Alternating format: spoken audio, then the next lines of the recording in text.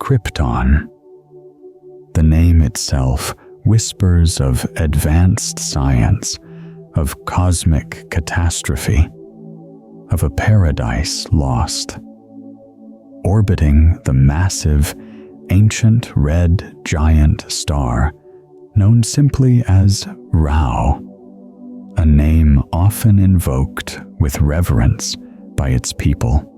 Krypton was a world far older than Earth, a civilization that had blossomed, matured, and perhaps begun to stagnate over countless millennia. Its physical appearance has been reimagined many times, yet common threads persist. Landscapes dominated by colossal crystalline structures that seemed to grow organically from the planet's surface. Cities of breathtaking geometric precision. Skies often filled with elegant personal flying craft, or traversed by sophisticated energy conduits. It was a world where science had triumphed over nature, where logic reigned supreme, where the very environment reflected an ordered, controlled existence. Imagine a planet sculpted by intellect, every facet polished, every function optimized. Kryptonian society had achieved wonders. Disease, poverty, and war were relics of a distant, almost forgotten past. Their lifespans were vastly extended, their understanding of genetics, physics, and astrophysics unparalleled. They had harnessed the very core of their planet for energy, developed technologies like the Phantom Zone, a dimensional prison for their most incorrigible criminals, and charted vast regions of their galaxy. Their culture valued intellect, scientific inquiry, and emotional detachment. In some portrayals, particularly in later eras seeking to explain Krypton's demise, this detachment bordered on sterility. Society became rigid, stratified, perhaps even employing artificial gestation and genetic engineering to predetermine an individual's role, sacrificing personal freedom and emotional connection for the sake of societal stability. They had become masters of their world, but in doing so, may have lost touch with the vibrancy, the unpredictability, the very essence of life itself. Their immense knowledge fostered an unshakable confidence, a profound hubris, believing their civilization, their science, their planet to be eternal and immutable. They gazed inward, content in their self-contained perfection, tragically unaware of the fatal flaw deep within their world, or the cosmic indifference of the universe surrounding them. Within this society of detached geniuses and unwavering order, there lived a scientist whose brilliance was matched only by his conscience, a man named Jor-El, a luminary figure often depicted as the head of the esteemed House of El, a lineage tracing back through generations of Krypton's greatest innovators and explorers. Jor-El was not merely intelligent, he possessed a rare quality among his peers, a willingness to question, to doubt, to look beyond the accepted paradigms. His field of study, planetary science and geology, led him to investigate the very foundations of Kryptonian existence, the planet's core and its relationship with the red sun, Rao.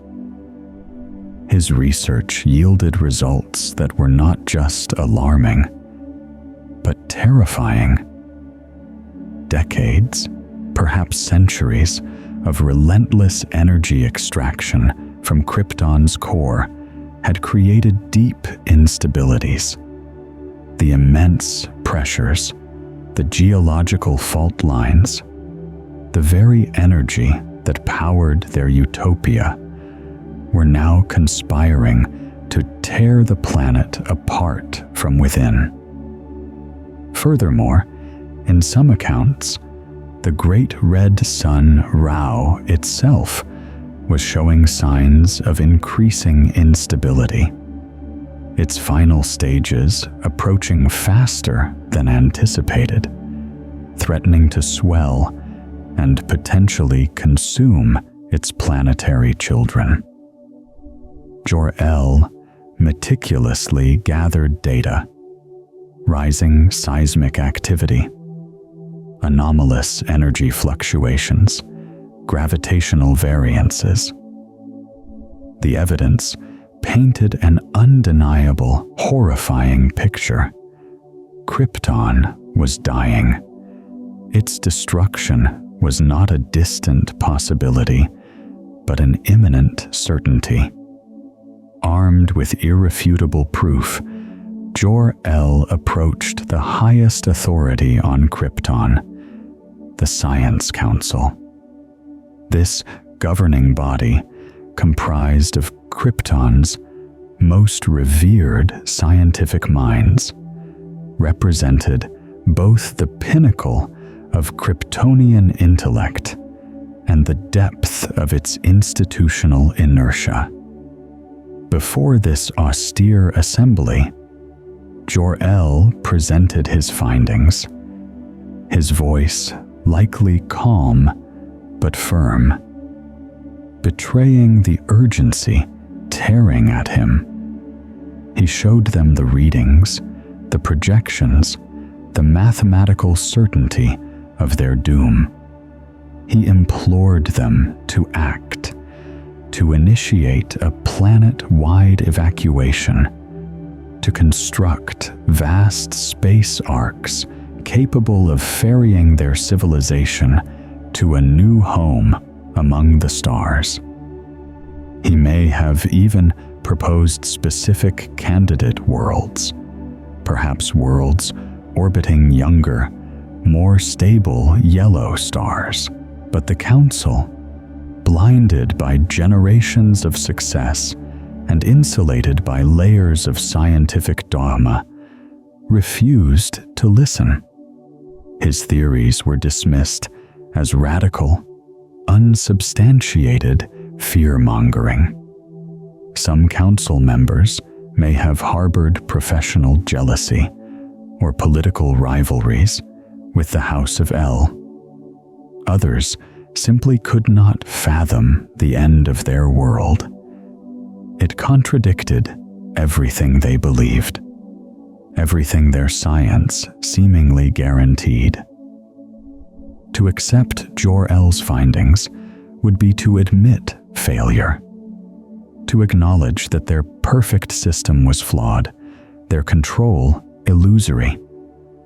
They censured him, perhaps stripped him of his standing, and forbade him from spreading his panic-inducing theories. They chose comfortable denial over inconvenient truth, sealing their planet's fate. Through this ordeal, Jor-El was not alone. His partner, his intellectual equal, and the keeper of his heart was Lara Lor-Van. Often portrayed with a quiet strength that complemented Jor-El's driven intensity, Lara was frequently depicted as a scientist herself, an archivist or an artist, someone deeply connected to Krypton's history and culture, making its impending loss all the more poignant for her. She understood the scientific data, but more importantly, she understood Jor-El. She shared his fears, validated his concerns, and provided unwavering support in the face of the Council's scorn and the growing isolation from their peers.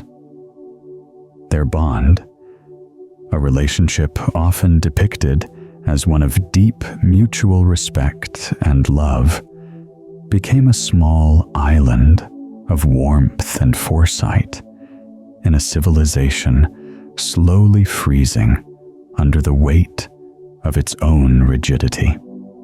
As the planet's death throes intensified, skies darkening with volcanic ash, continents fracturing, the very air thrumming with seismic tension, Jor-El and Lara realized the window for saving their people had closed. The Council's inaction had doomed Krypton. But one desperate, heartbreaking possibility remained. They could not save themselves, nor their civilization, but they could preserve a fragment of it, a single life, their infant son, Kal-El. Working in frantic secrecy, shielded from the increasingly suspicious eyes of the authorities, Jor-El channeled his remaining time and formidable genius into a final, audacious project. A small, experimental prototype starship. It was barely large enough for one infant passenger, built upon Jor-El's pioneering but untested theories of interstellar travel, possibly utilizing principles related to the Phantom Zone for propulsion or navigation. It was less a guaranteed escape vessel and more a prayer cast into the void, a desperate gamble against impossible odds. The ship itself was a marvel of Kryptonian microtechnology, likely crystalline in structure, self-sustaining, and incredibly resilient. Within its protective confines, Jor-El and Lara placed more than just their son. They embedded advanced crystals, often called sunstone crystals or memory crystals, containing a vast repository of Kryptonian knowledge, science, history, art, philosophy, the distilled essence of their entire civilization. Crucially, they also included interactive holographic recordings of themselves, imbued with their personalities and wisdom, ensuring that Kal-El, should he survive, would one day know his origins, understand his heritage, and receive guidance from the parents he would never meet in person.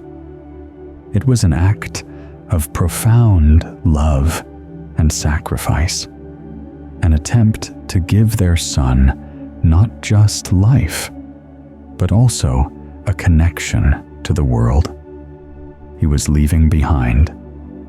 The final moments on Krypton unfolded with the terrible inevitability of a tragedy foretold.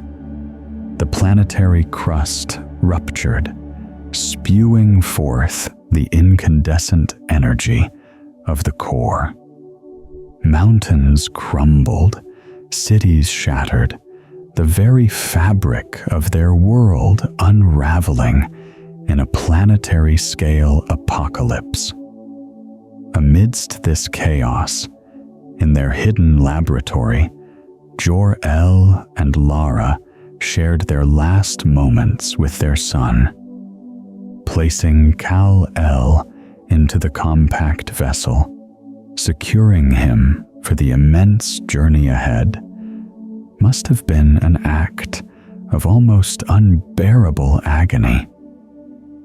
To willingly send your child away, alone, into the infinite, hostile darkness of space, with only the slimmest chance of survival.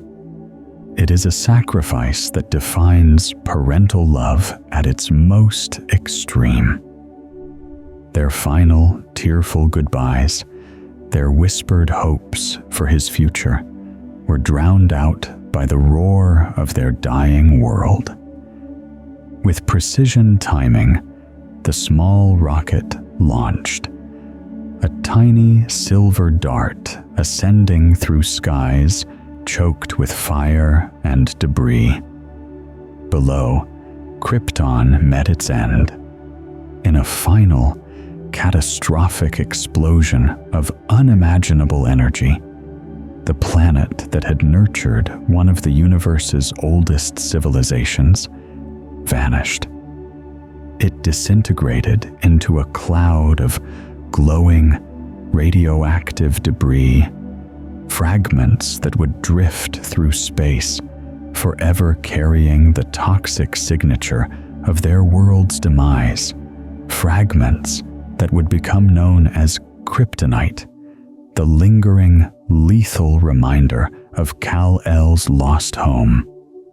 Jor-El, Lara, the dismissive Science Council, the billions of Kryptonians, all were consumed in the cosmic funeral pyre. All that remained of their legacy, their hope, was the solitary ship carrying the last son of Krypton, hurtling silently towards a distant, unknown star. The journey through the interstellar void was unimaginably long. Years passed as the vessel navigated the treacherous currents of space-time, perhaps utilizing hyperspace corridors or traversing the strange dimensionality of the Phantom Zone, as Jor-El had theorized. Inside, the infant Kal-El remained safe, cocooned in advanced life support, nourished intravenously, perhaps in a state of suspended animation, or simply developing at a slow, protected rate. The holographic matrix, the repository of Kryptonian knowledge, remained dormant, awaiting the right conditions, the right time to awaken and fulfill its purpose. The ship's internal chronometers ticked away the lonely years, its trajectory unwavering, locked onto the coordinates Jor-El had input with his dying breath. The destination, a spiral galaxy teeming with potential, a solar system dominated by a vibrant, energy-rich yellow sun, and within it, the third planet, a blue-green world called Earth. Jor-El's choice of Earth was born of meticulous research and desperate hope. He knew, either through direct study or ancient Kryptonian records of stellar evolution, that the radiation emitted by a yellow sun like Earth's was fundamentally different from Krypton's dying red giant, Rao. He theorized that a Kryptonian's unique physiology, evolved under Rao's weaker rays, would interact dramatically with yellow solar energy. The cells would act like living solar batteries, absorbing, processing, and metabolizing the stellar radiation, unlocking incredible latent abilities. Strength beyond measure, impenetrable skin, the power of flight, senses that could perceive the world in ways humans could only dream of. Earth was not just a sanctuary.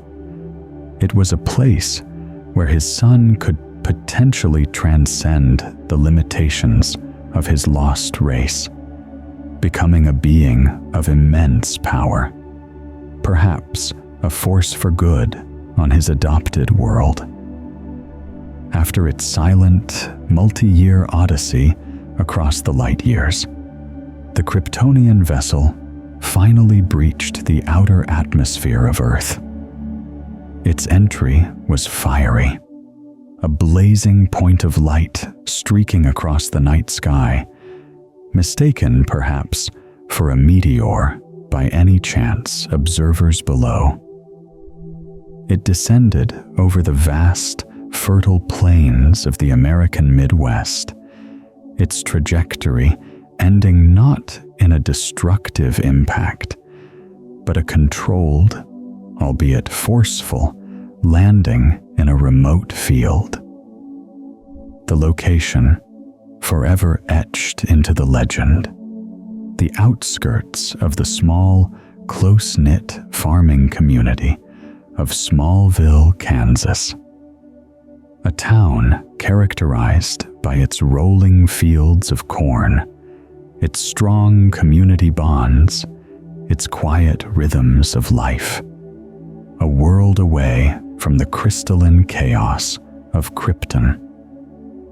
It was here, under the wide-open Kansas sky, that fate, or perhaps Jor-El's precise planning, guided by hope, played its hand.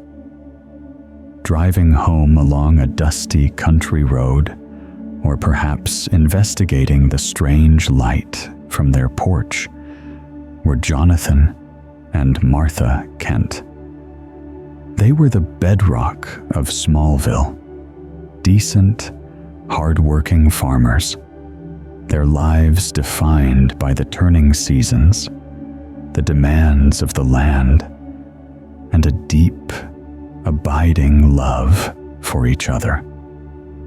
Often, their story includes a quiet sadness, a shared longing for a child they were never able to conceive. Their encounter with the crashed vessel would fulfill that longing in the most unexpected way imaginable, altering the course of their lives and the destiny of the world. Finding the small, smoking craft nestled in their field, or perhaps in a crater nearby, must have been bewildering, even frightening. It was clearly not of earthly origin. Its smooth, alien contours and strange, metallic sheen, unlike anything they had ever seen. Peering inside, perhaps after the ship automatically opened, revealing its precious cargo, they found not a monster or an invader, but a baby. A perfectly formed infant boy, wrapped in strange blankets, looking up at them with innocent eyes.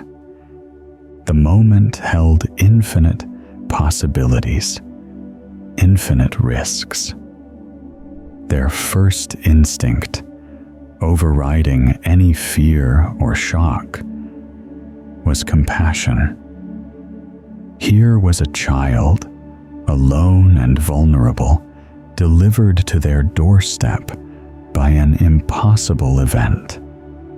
The questions must have raced through their minds. Where did he come from? Who were his parents? What should they do? Reporting their discovery seemed the responsible, logical choice, but it carried terrifying implications. The government, scientists, the military, they would descend upon Smallville, take the child, study him like a laboratory specimen. He would never know a normal life, never know the warmth of a loving home. Looking at each other, then back at the infant, Jonathan and Martha made a pact born of pure empathy and parental yearning. They saw not an alien artifact, but a miracle, an answer to their prayers, a child who needed them. In that moment, the decision was made. They would keep him, raise him as their own, protect him from a world that might not understand, that might fear him. Carefully, they extricated the baby from the ship. Then, under the cover of darkness, they worked to conceal the vessel itself, perhaps dragging it to their barn, burying it deep within their storm cellar, or sinking it in a remote pond, erasing the physical evidence of Kal-El's extraterrestrial arrival. They named him Clark Joseph Kent, giving him Jonathan's father's name, perhaps, a sturdy, all-American name that tied him to their family, to their land, to Earth. The last son of Krypton had found his home.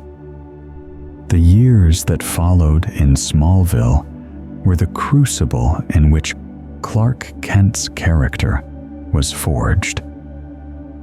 The Kent farm provided not just shelter, but a nurturing environment grounded in love, hard work, and unwavering moral principles. On the surface, Clark's childhood unfolded like that of any other rural boy, helping his father with chores, attending Smallville Elementary, playing baseball with friends, experiencing the simple rhythms of life tied to the land and the community. But woven through this tapestry of normalcy was the extraordinary thread of his developing powers, a secret shared only within the loving confidence of his family. His abilities didn't appear overnight in their full, godlike glory. They emerged sporadically, often inconveniently, throughout his childhood and adolescence, leading to moments of shock, confusion, and quiet wonder. Perhaps one day, chasing a ball, he discovered he could outrun the family truck. Maybe, while helping his father fix a tractor, he effortlessly lifted a piece of machinery far too heavy for any man, let alone a boy. He might have accidentally melted a toy with a sudden burst of heat from his eyes, or found himself floating a few inches off his bed one morning. Early incidents of invulnerability might have occurred, falling from a tree without a scratch, surviving accidents that should have been serious, if not fatal. Each new power was a puzzle to be solved, a force to be understood and controlled. And it was here that Jonathan and Martha Kent's guidance was paramount. They were not scientists or superheroes. They were farmers, parents, armed with common sense, empathy, and unconditional love. They didn't just help him manage the physical aspects of his powers. They tirelessly taught him the ethical implications. Jonathan might have patiently explained why Clark couldn't use his strength to win every game or settle every argument, emphasizing fairness and restraint. Martha likely comforted him during times of frustration or fear, reassuring him that being different didn't mean being alone, teaching him compassion for those less powerful. They instilled in him the fundamental tenets of his future code: respect for all life, the importance of truth, the duty to help others, and the critical understanding that his powers were a gift to be used wisely and selflessly, not for personal gain. They taught him the vital importance of his human identity, Clark Kent, as the anchor for the incredible power inherited from Kal-El. It was the nurture of the Kents overlaying the nature of Krypton. Navigating adolescence proved even more complex. The universal teenage struggles, fitting in, first crushes, finding one's place in the world, were magnified exponentially for Clark. He yearned for connection, yet harbored a secret that created an invisible barrier between him and his peers. He developed close friendships, most notably with the vivacious Lana Lang, often portrayed as his first romantic interest, a relationship filled with the sweetness and complications of young love, further complicated by Clark's inability to be fully open with her. Another key figure was Pete Ross, his loyal best friend, who, in many narratives, stumbles upon or is entrusted with Clark's secret during their youth. Pete's unwavering friendship and acceptance provided Clark with a vital confidant, someone who knew the truth and still saw him as Clark Kent first. School presented constant challenges. He possessed the physical potential to be a star athlete, but had to constantly hold back, feigning clumsiness or average ability to avoid revealing his super speed or super strength. Academically, his Kryptonian mind could absorb information rapidly, yet he had to maintain the persona of an average student. He witnessed everyday injustices, accidents, moments where his intervention could have made a difference. Yet he was bound by the need for secrecy and the wisdom of his parents' counsel. The world wasn't ready, and neither, perhaps, was he. This period was crucial in developing his profound empathy for human struggles, his understanding of vulnerability, and fostering the quiet determination to one day use his abilities openly. It also likely deepened his sense of being an outsider, a feeling of otherness that would subtly persist throughout his life. A transformative event during these formative years, often occurring in his mid-teens, was the full discovery of his alien heritage. The trigger varies across interpretations. Perhaps his powers activated latent technology within the hidden Kryptonian ship. Maybe he found a hidden compartment containing the Sunstone crystal. Or perhaps the Kents decided it was time to reveal what little they knew. Regardless of the specifics, the revelation was earth-shattering. Through the ship's interface, often manifesting as the holographic likenesses of Jor-El and Lara, Clark learned the truth. He saw images of Krypton's beauty and destruction, heard his biological parents explain their sacrifice, their hopes for him, the science behind his powers, and the legacy he now carried. Learning he was Kal-El, the last survivor of a doomed alien race sent to Earth as an infant, was an overwhelming experience. It answered the lifelong questions about his differences, the origin of his powers, the deep-seated feeling of not quite belonging. But it also placed an immense weight upon his young shoulders.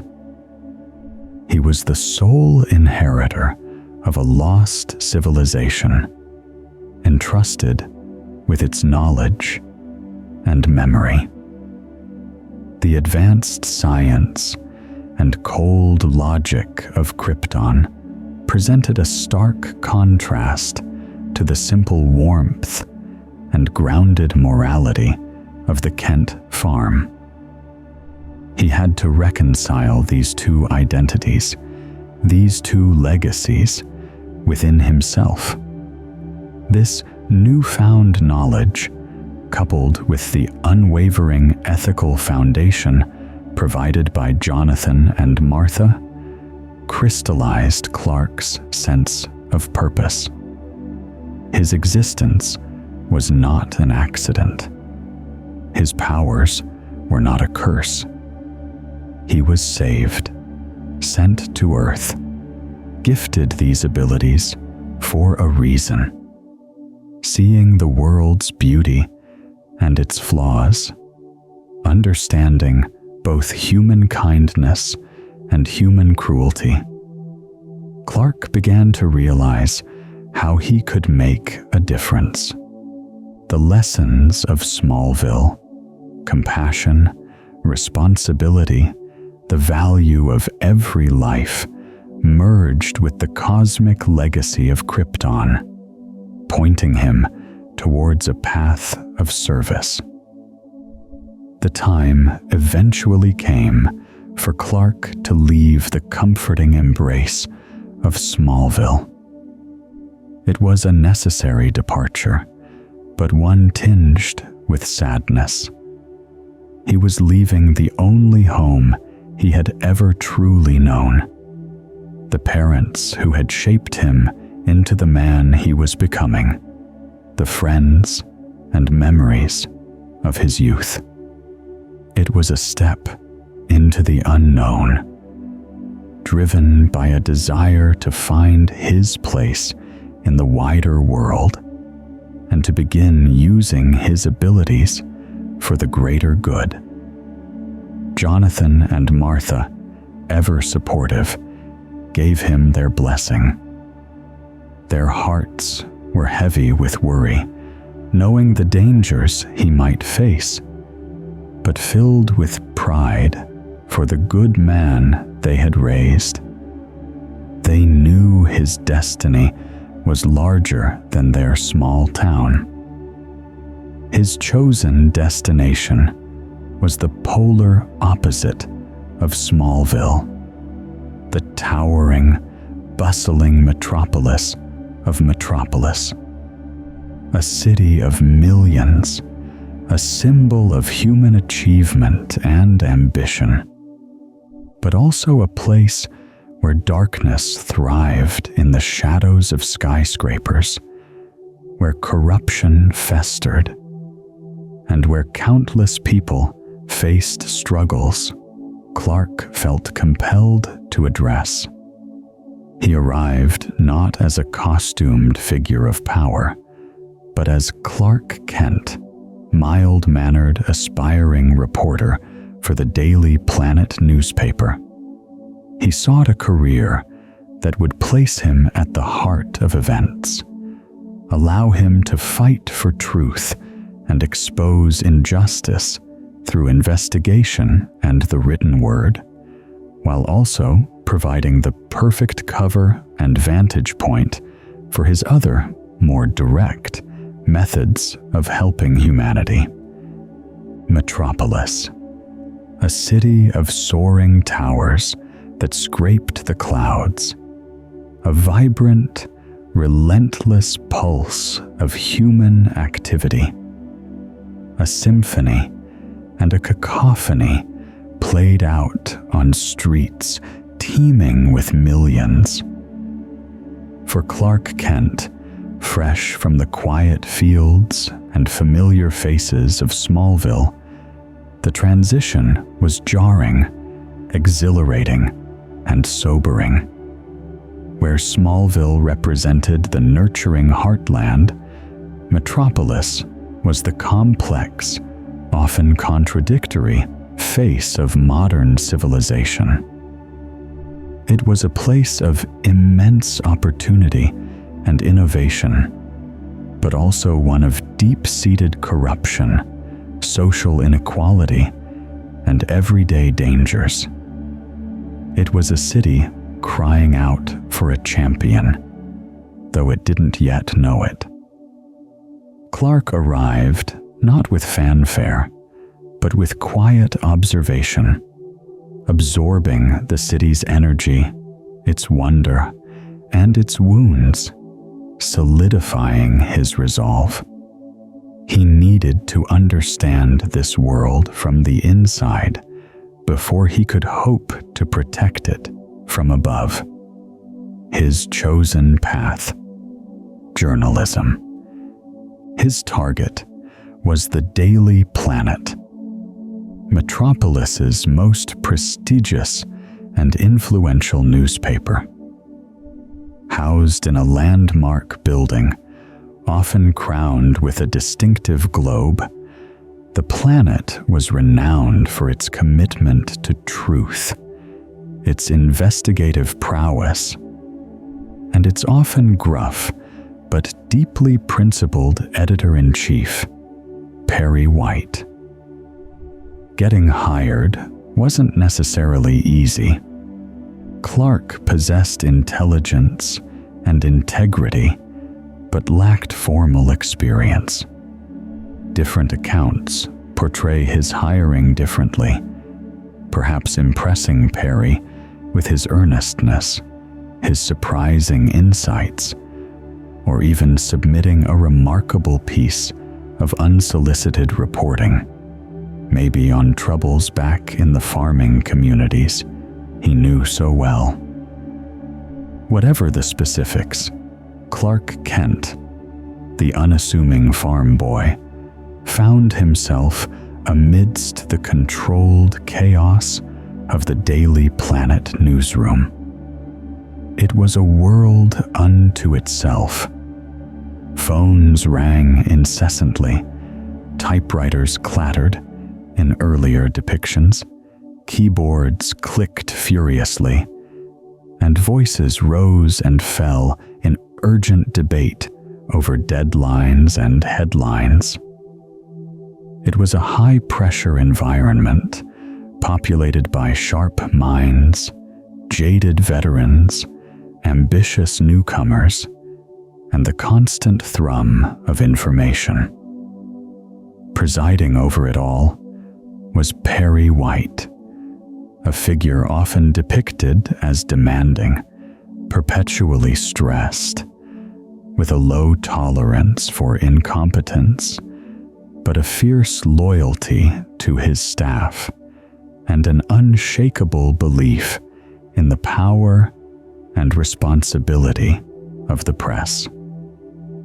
His gruff exterior often masked a deep-seated integrity and a paternal concern for his reporters, especially his star players. He might bark, "Don't call me chief," or lament, "Great Caesar's ghost." But his newsman's instincts were legendary. Among the bustling staff, Clark quickly encountered other key figures. There was the young, enthusiastic photographer, Jimmy Olsen. Often portrayed as eager, sometimes naive, but always courageous and loyal, Jimmy possessed a photographer's eye for capturing the moment and an almost unerring instinct for finding himself near major events, a trait that would frequently place him in perilous situations requiring unseen intervention. Jimmy often looked up to Clark, seeing him as a reliable friend and colleague, unaware of the incredible secret Clark harbored. Their friendship provided Clark with another vital human connection, grounding him in the everyday camaraderie of the workplace. And then there was Lois Lane. Even before meeting her, Clark likely knew Lois Lane by reputation. She was the Daily Planet's star reporter, brilliant, fearless, relentlessly driven, and fiercely competitive. Lois Lane wasn't just reporting the news. She was chasing it, often diving headfirst into dangerous situations, challenging corrupt politicians, exposing organized crime, and going toe-to-toe with Metropolis's most powerful figures. She possessed a sharp intellect, a quick wit, and an unwavering determination to get the story, whatever the cost. Her ambition was matched only by her talent, earning her respect, admiration, and perhaps a touch of envy within the newsroom. Their first meeting likely established the dynamic that would define their relationship for decades.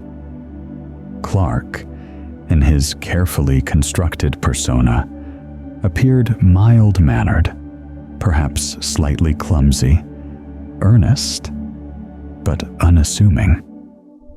Lois, initially, might have barely registered him, or perhaps saw him as inexperienced competition, someone to be brushed aside in her relentless pursuit of the next big scoop. She was a force of nature, demanding attention, while Clark seemed designed to fade into the background. Yet, beneath this surface friction, seeds of mutual respect, fascination, and undeniable attraction were sown. Clark was immediately struck by Lois's courage, intelligence, and passion for justice, qualities that resonated deeply with his own hidden purpose.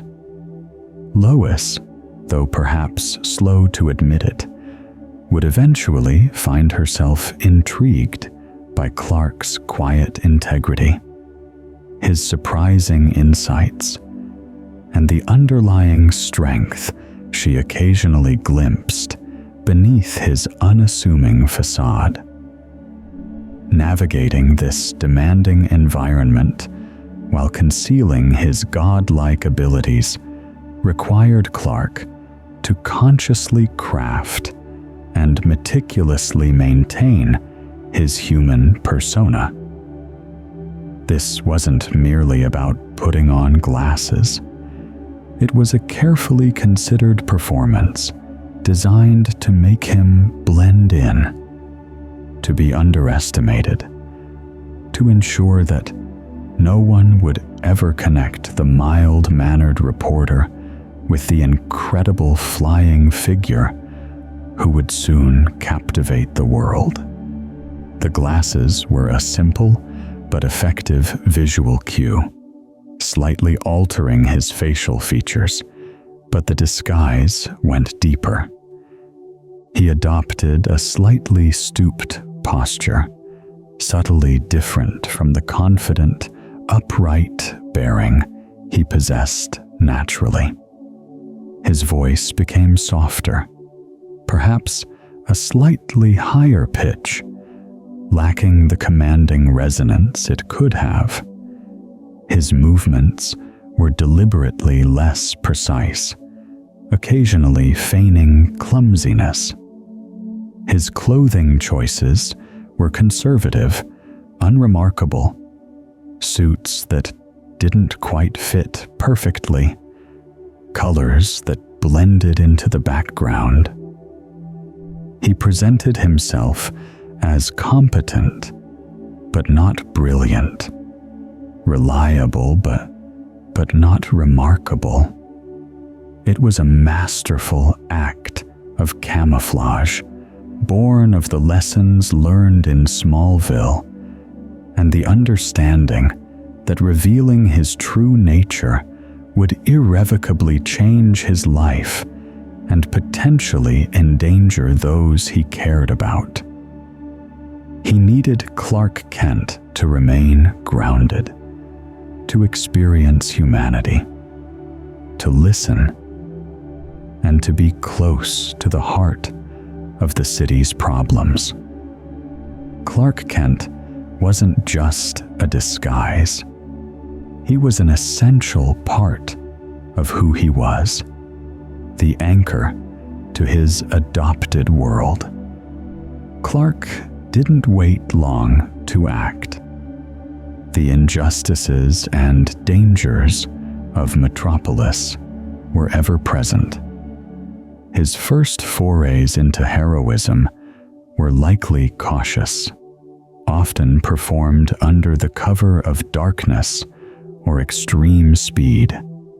His interventions attributed to luck, freak occurrences, or unexplained phenomena. He might stop a runaway vehicle, prevent a collapsing structure, thwart a simple street mugging, all done faster than the eye could follow, leaving bewildered witnesses and grateful victims with no clear sight of their rescuer. He was learning, testing the limits of his powers in this new, complex environment, gauging the risks, understanding the impact of his actions. But the scale of Metropolis's problems demanded more.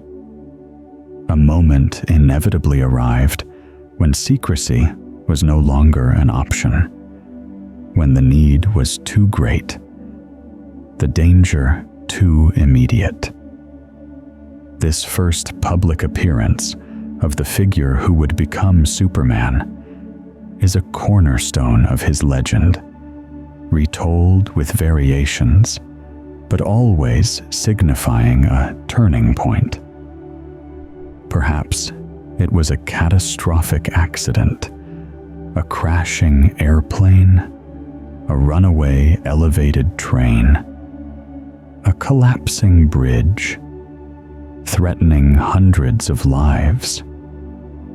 Perhaps it was a brazen act by organized crime, holding the city hostage. Or, quite often, it involved saving Lois Lane herself, whose investigative zeal had placed her in mortal danger. Imagine the scene. Chaos, panic, the certainty of disaster. Then, a flash of movement, a blur of red and blue against the sky. A figure appears, defying gravity, performing feats of impossible strength and speed. The plane is gently guided to safety. The train halted inches from disaster. The bridge supported, the criminals disarmed. Lois rescued from a perilous fall. For the first time, the people of Metropolis, and through the Daily Planet's inevitable front-page coverage, the world witnessed the impossible made real. The reaction was instantaneous and overwhelming. Disbelief mingled with astonishment. Fear wrestled with hope. Who was he? Where did he come from? Was he human? Alien? Something else entirely? Eyewitness accounts were fragmented, descriptions contradictory, a blur, a streak of light, a man who could fly, lift buildings, move faster than a speeding bullet. The city buzzed with speculation, the Daily Planet leading the charge to uncover the identity of this mysterious savior. Lois Lane, likely saved by the enigmatic figure herself, became obsessed. It was the story of the century, and her reporter's instincts, combined with a potent mix of gratitude and intense curiosity, drove her relentlessly. She pursued every lead, interviewed every witness, analyzed every blurry photograph captured by onlookers, or perhaps even Jimmy Olsen. It was Lois, in many key versions of the narrative, who, in a moment of journalistic inspiration while writing her groundbreaking article, coined the name that would stick. The name that perfectly encapsulated the awe and power of the figure. Superman. The name resonated.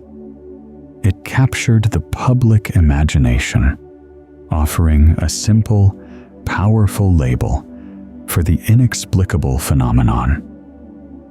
Superman. A being more powerful than any ordinary human, yet seemingly dedicated to protecting them. His subsequent appearances solidified his presence. He became a fixture in Metropolis, a guardian angel in a red cape. He battled organized crime, intervened in natural disasters, rescued citizens from fires and accidents, always appearing when needed most, then vanishing just as quickly, leaving behind a sense of wonder and a renewed feeling of safety.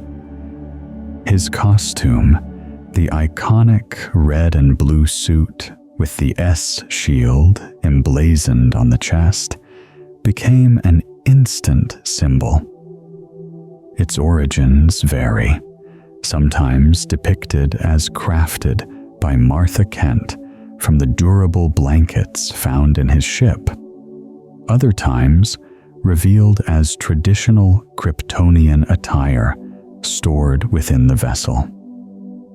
Regardless of its origin, the suit served multiple purposes. It was visually striking, instantly identifiable. It projected an aura of authority and hope, And crucially, it further separated the larger-than-life figure of Superman from the forgettable persona of Clark Kent. The bright colors and bold symbol were the antithesis of Clark's drab attire, another layer in the essential dual identity. The S itself, initially just a striking design by Siegel and Schuster, would later be imbued with deeper meaning, revealed as the Kryptonian symbol for the House of El, and interpreted by Superman himself as a symbol of hope for his adopted world. Superman's emergence was not universally welcomed with open arms. While many saw him as a savior, others reacted with fear and suspicion. Government agencies questioned his motives, his allegiances. Was he an alien vanguard? A potential threat? Could such power be trusted? Criminal elements saw him as a direct threat to their operations, a force that conventional methods could not stop. And within the scientific and corporate elite of Metropolis, his existence challenged established power structures and raised uncomfortable questions about humanity's place in the universe. It was from this sphere of influence, wealth, and intellect that Superman's first truly significant and arguably greatest human adversary would eventually emerge. While Superman battled street-level crime and averted disasters, the seeds of a more profound conflict were being sown. Figures within Metropolis's powerful elite watched the rise of this inexplicable alien with growing unease, perhaps even resentment. The stage was being set for a clash not just of physical strength, but of ideologies. The altruistic power of Superman against the ruthless ambition of human ingenuity, twisted towards darker ends. But in these early days, Superman focused on establishing his role, earning the city's trust, and navigating the complexities of his double life. He learned to juggle his responsibilities at the Daily Planet, chasing leads, writing stories, dealing with Perry White's demands, and engaging in the often comical dance of rivalry and attraction with Lois Lane, with his duties as Superman. He perfected the art of the quick change in alleyways and phone booths, the plausible excuses for Clark Kent's frequent disappearances during crises, the constant vigilance required to maintain his secret.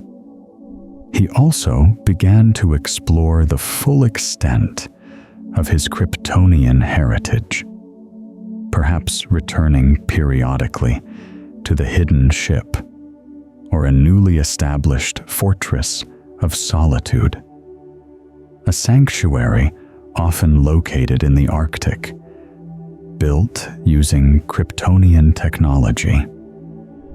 Here, he could commune with the holographic representations of Jor-El and Lara, access the vast database of Kryptonian knowledge, learn more about his lost world, his own physiology, and the potential threats that might exist beyond Earth. This connection to his past provided guidance, context, and sometimes warnings of dangers yet to come. It reinforced the understanding that his mission extended beyond Metropolis, beyond Earth. He was the bridge between two worlds, carrying the legacy of one while protecting the other. In the wake of his stunning public debut, the figure known as Superman ceased to be merely a mystery or a headline. He became a reality, woven into the very fabric of life in Metropolis, and increasingly into the consciousness of the world. The initial shockwaves of disbelief gave way to a new normal, an era defined by the undeniable presence of a superhuman protector. Citizens grew accustomed, though perhaps never entirely blasé, to the sight of a red and blue figure streaking across the sky. A guardian intervening in moments of crisis, large and small. He was no longer just an enigma. He was Metropolis's protector, a symbol that instilled both awe and a growing sense of security. His days, or rather, his dual lives, settled into a complex, demanding rhythm. By day, Clark Kent navigated the bustling deadlines and office politics of the Daily Planet. He pursued leads, wrote articles, endured Perry White's good-natured bluster, engaged in witty banter with Lois Lane, and shared coffee breaks with Jimmy Olsen. He listened, observed, kept his ear to the ground, using his journalistic access to understand the city's pulse, often identifying situations where his alter ego might be needed. This grounding in human routine was essential, not just as a disguise, but as a constant reminder of the people he fought to protect, their everyday concerns, their vulnerabilities, their inherent worth. Then, in moments often measured in fractions of a second, the transformation would occur. A distant cry for help perceived by superhearing, a news bulletin flashing across a screen, a sudden tremor felt beneath the city streets. These were the cues. Excuses would be hastily mumbled, a forgotten appointment, a sudden headache, chasing a minor lead, and Clark Kent would vanish into the urban labyrinth, emerging seconds later as Superman, a vibrant beacon against the concrete and steel. His methods were direct, efficient, and always prioritizing the preservation of life. He would divert disasters, apprehend criminals with minimal force, rescue individuals from perilous situations, his actions characterized by incredible power, tempered with profound restraint. He became a familiar sight, yet retained an aura of the extraordinary, a constant reminder that humanity was not alone, that hope could, quite literally, fly. As Superman became a more consistent presence, the world began to grasp, albeit incompletely, the sheer breadth of his abilities, gifts bestowed by Earth's yellow sun acting upon his unique Kryptonian physiology. his power wasn't static. In many accounts, it continued to develop, becoming more refined, more potent as he matured and grew accustomed to Earth's environment. Flight, perhaps his most iconic ability, evolved from the tremendous leaps of his earliest appearances into true, controlled self-propulsion. He could hover motionless, defying gravity with effortless grace, or accelerate to speeds exceeding sound, even approaching the velocity of light for interstellar travel, navigating the void between worlds with an innate sense of direction. The sight of him soaring above the metropolis skyline became a defining image, a symbol of freedom and transcendence. His strength was legendary, often described as limitless, though more realistically depicted as capable of staggering feats, lifting incredible weights like ships or collapsing buildings, redirecting asteroids, even, in some portrayals, shifting tectonic plates. This strength required immense control. A simple handshake, an affectionate pat on the back, required constant, conscious restraint to avoid causing unintentional harm. His senses were equally astonishing, operating on levels far beyond human comprehension. His vision extended across the electromagnetic spectrum. He possessed telescopic vision, allowing him to see events unfolding light years away, and microscopic vision, enabling him to perceive details at the atomic level. Perhaps most famously, he wielded X-ray vision, the ability to see through solid objects, though crucially, this power was typically blocked by lead, a limitation his foes would learn to exploit. Complementing his sight was superhearing, capable of isolating a single heartbeat in a bustling city, or hearing conversations from miles away. This barrage of sensory input required incredible mental discipline to filter, to focus, to avoid being overwhelmed by the constant noise and information of the world. From his eyes could also project beams of intense heat vision. This power ranged from a pinpoint laser capable of welding metal or performing delicate surgery, to a wide, devastating blast used against formidable opponents.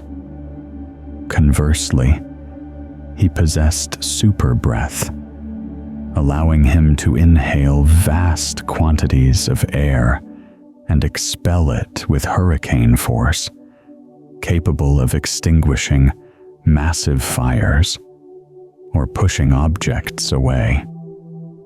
In some iterations, he could also chill his breath to freezing temperatures, encasing targets in ice. His invulnerability rendered him impervious to almost all forms of physical harm. Bullets ricocheted harmlessly, explosions washed over him, extreme temperatures left him unaffected. This near impenetrability was perhaps the most godlike of his abilities, setting him fundamentally apart from the fragile humans he protected. Yet, This incredible array of powers, this seeming invincibility, was not absolute. The universe, in its intricate balance, ensures that even the mightiest have their vulnerabilities. And for the last son of Krypton, his greatest weakness stemmed, ironically, from the very place he called home: Kryptonite. The name itself carries a chill, a word synonymous with the undoing of the unbeatable.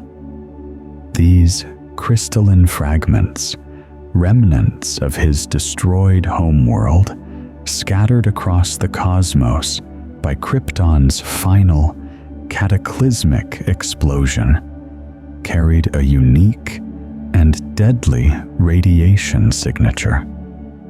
While harmless, even inert, to humans and most other life forms, kryptonite proved intensely toxic to Kryptonians under a yellow sun. The most common variant is green kryptonite. Exposure to its radiation causes immediate, debilitating effects on Superman.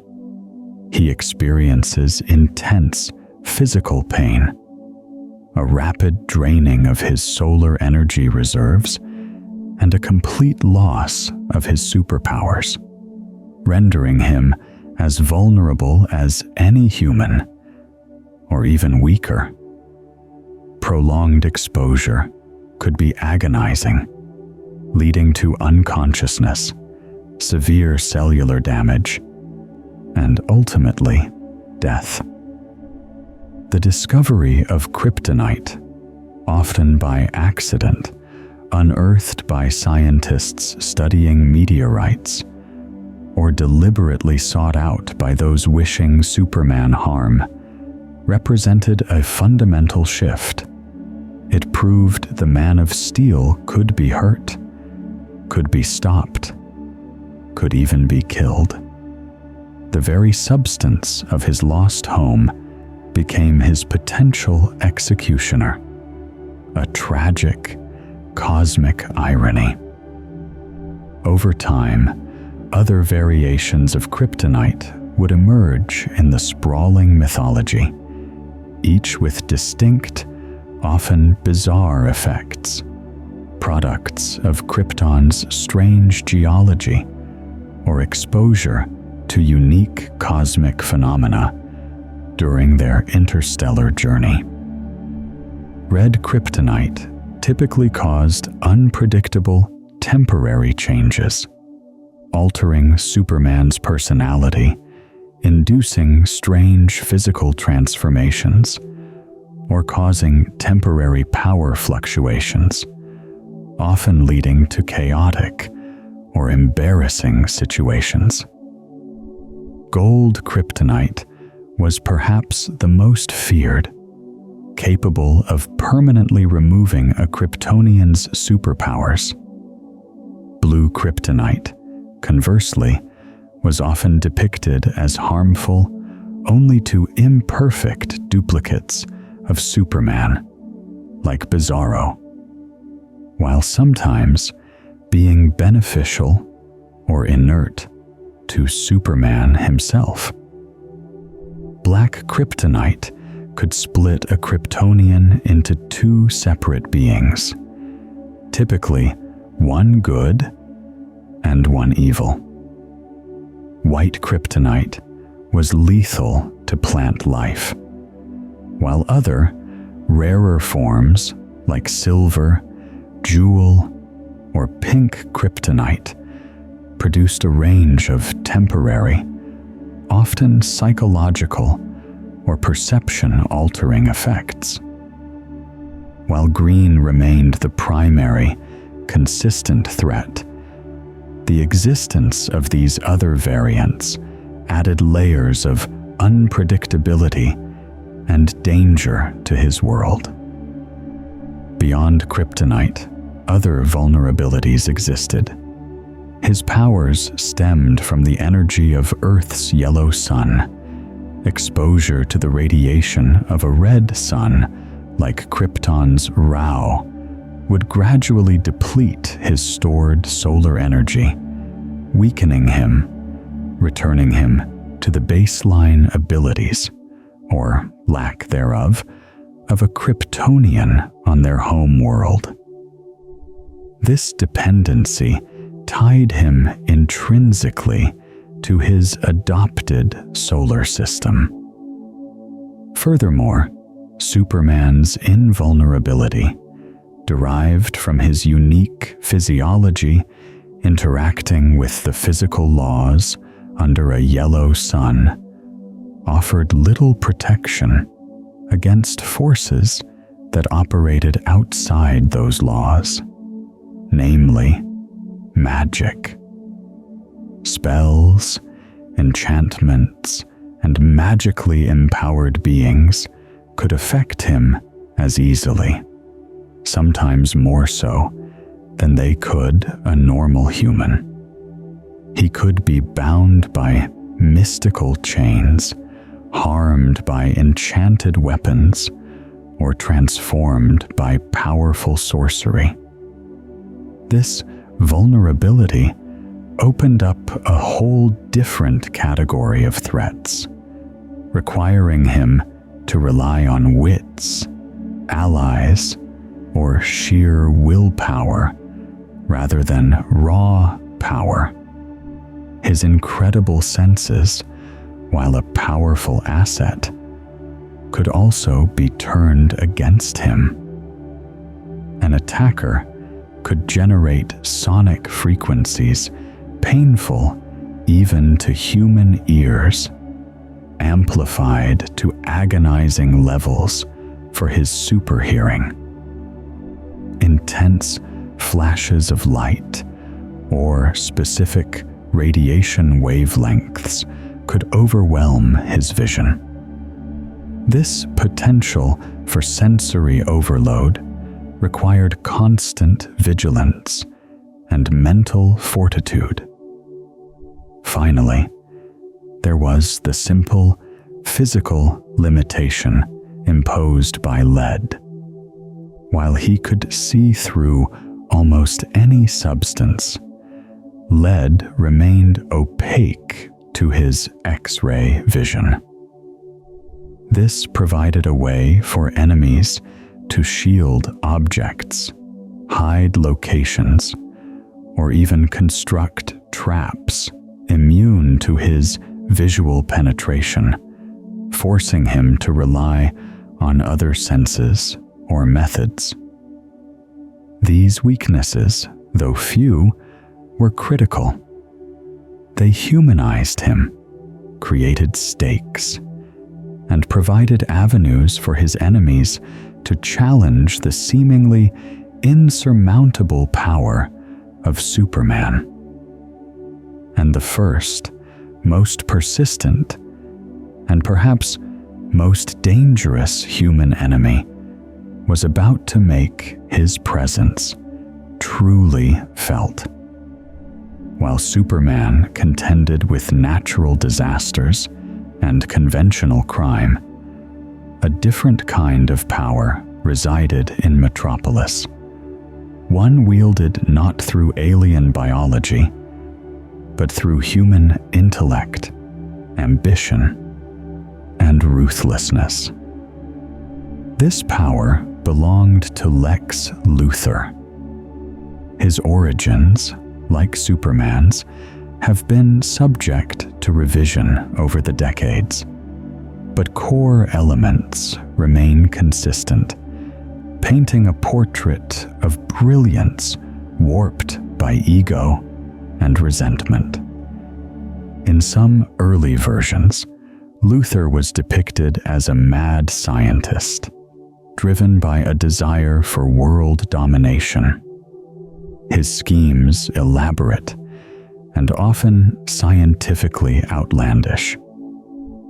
Later, more enduring portrayals reimagined him as a titan of industry, a self-made billionaire who clawed his way from poverty to become the most powerful man in Metropolis, perhaps even the world. He was the CEO of LexCorp, a sprawling conglomerate involved in technology, media, real estate, and potentially less savory ventures hidden beneath layers of corporate respectability. This Luther was often presented as charismatic, publicly philanthropic, a visionary figure admired by many, masking a narcissistic, sociopathic, and utterly ruthless core. A third popular origin story, introduced later, tied him directly to Clark Kent's youth in Smallville, depicting Lex as a brilliant but troubled young man, initially friends with Clark, who suffers a tragic accident, often involving a lab fire that costs him his hair, and blames Superman/Superboy, that twists his genius towards bitterness and an obsessive hatred for the alien who seemingly has everything effortlessly. Regardless of the specific backstory, Luther's motivation remains remarkably consistent: an intense, consuming opposition to Superman. He views Superman not as a savior, but as an existential threat, an alien interloper whose very existence diminishes humanity's potential and challenges Luther's own perceived supremacy. Luther believes passionately, perhaps even sincerely in his own twisted way, that humanity must achieve greatness on its own terms, through its own efforts ideally led by him. Superman represents an unacceptable dependency, an external power that makes humans complacent and weak. Furthermore, Luther's colossal ego cannot abide the presence of a being so effortlessly superior, so universally admired. Superman's inherent goodness is an affront to Luther's cynical worldview, his power a challenge to Luther's dominance. He must tear Superman down, expose him as a fraud, a menace, or simply destroy him to validate his own superiority and his vision for humanity's future under his control. Luther's methods are the antithesis of Superman's direct power. He relies on his vast intellect, arguably one of the greatest on the planet. He is a master strategist, a brilliant scientist and inventor, and a cunning manipulator of people and systems. His immense wealth, channeled through LexCorp, gives him access to cutting-edge technology, vast resources, legal loopholes, and political influence. He rarely confronts Superman directly in a physical sense, knowing it's futile. Instead, he orchestrates events from the shadows, hires mercenaries, builds sophisticated weaponry, often incorporating kryptonite, designs elaborate traps, and wages campaigns of misinformation to turn public opinion against the Man of Steel. He might develop advanced robotic duplicates, powerful energy weapons, or even formidable suits of powered armor equipped with kryptonite emitters and defenses specifically designed to counter Superman's abilities, allowing him to occasionally engage Superman on a more physical level. The conflict between Superman and Lex Luthor is the archetypal battle of brain versus brawn, of altruism versus ego, of hope versus cynicism. Their initial encounters likely involved Luthor testing Superman's limits, probing for weaknesses, perhaps orchestrating seemingly unrelated crises to observe Superman's responses. He might attempt to frame Superman for crimes, or stage events designed to make Superman look reckless or dangerous. Luthor quickly identified kryptonite as the key to harming Superman, dedicating significant resources to acquiring, synthesizing, and weaponizing the alien mineral. Each clash was a lesson for both.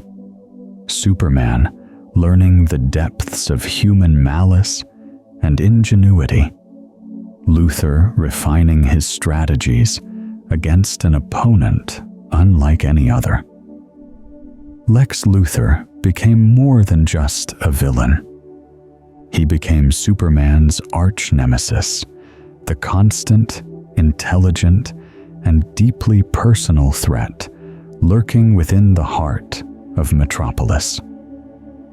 Amidst these escalating threats and the constant vigilance required to maintain his secret, Clark Kent's personal life grew increasingly complicated, centered largely around his relationship with Lois Lane. The dynamic established in their early days intensified. As Superman, he frequently rescued Lois from the dangerous situations her reporting led her into. Their interactions were charged with Lois's breathless admiration, her relentless questioning about his origins and identity, and a palpable chemistry. Superman treated her with respect, gentle affection, and a necessary degree of emotional distance, aware of the dangers his life posed. As Clark Kent, however, the dynamic was entirely different.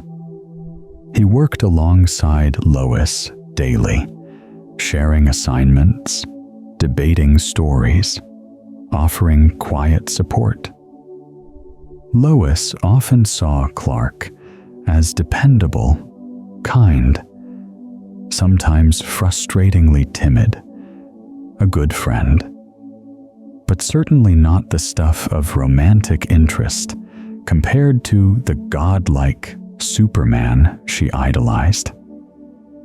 She might playfully boss him around, confide in him about her frustrations, often about Superman's elusiveness, or dismiss him in her single-minded pursuit of a story, completely unaware that the man she pined for and the colleague she overlooked were one and the same.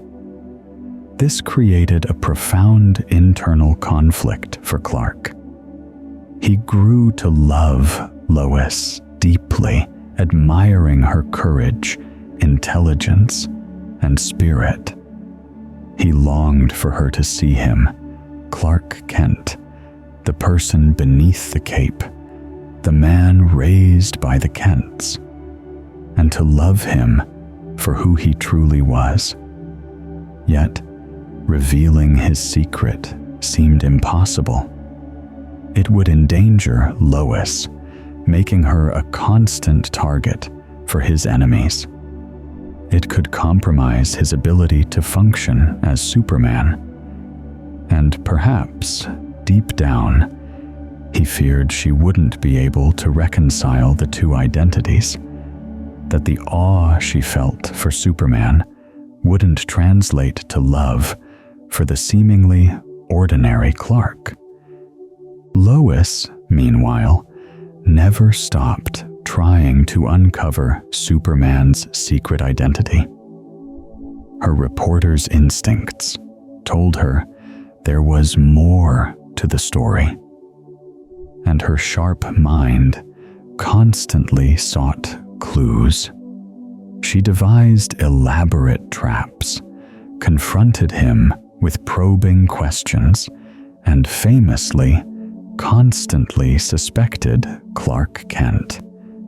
The similarities were there. Superman always seemed to appear shortly after Clark disappeared. Clark often had inexplicable scoops related to Superman's activities, and despite his mild demeanor, there were occasional flashes of insight or physical prowess that didn't quite add up. Clark became adept at creating diversions, using super speed to appear in two places almost simultaneously, enlisting allies, perhaps later figures like Batman or Martian Manhunter, to help maintain the illusion, or simply relying on Lois's own underlying belief that the clumsy, unassuming Clark couldn't possibly be the magnificent Superman. This intricate dance, this romantic triangle with only two participants, became a defining feature of the Superman narrative, a source of humor, pathos, and enduring romantic tension. As the years unfolded, the presence of Superman transitioned from a metropolis phenomenon to a global reality. His image, captured in countless photographs and newsreels, became ubiquitous. The S-Shield transformed into one of the most recognized symbols on Earth, transcending language and cultural barriers. It stood for hope, for protection, for the seemingly impossible made manifest. While Metropolis remained his primary base of operations, his sense of responsibility, and indeed the scale of the crises he faced, often drew him far beyond the city limits. He became a figure intervening in international disasters, stemming volcanic eruptions, diverting tsunamis, preventing catastrophic earthquakes. His speed allowed him to traverse continents in moments, responding to calls for help from every corner of the globe.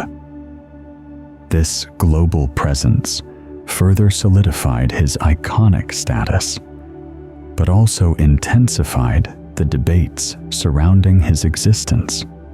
Governments grappled with the implications of a single, unaccountable individual possessing such overwhelming power.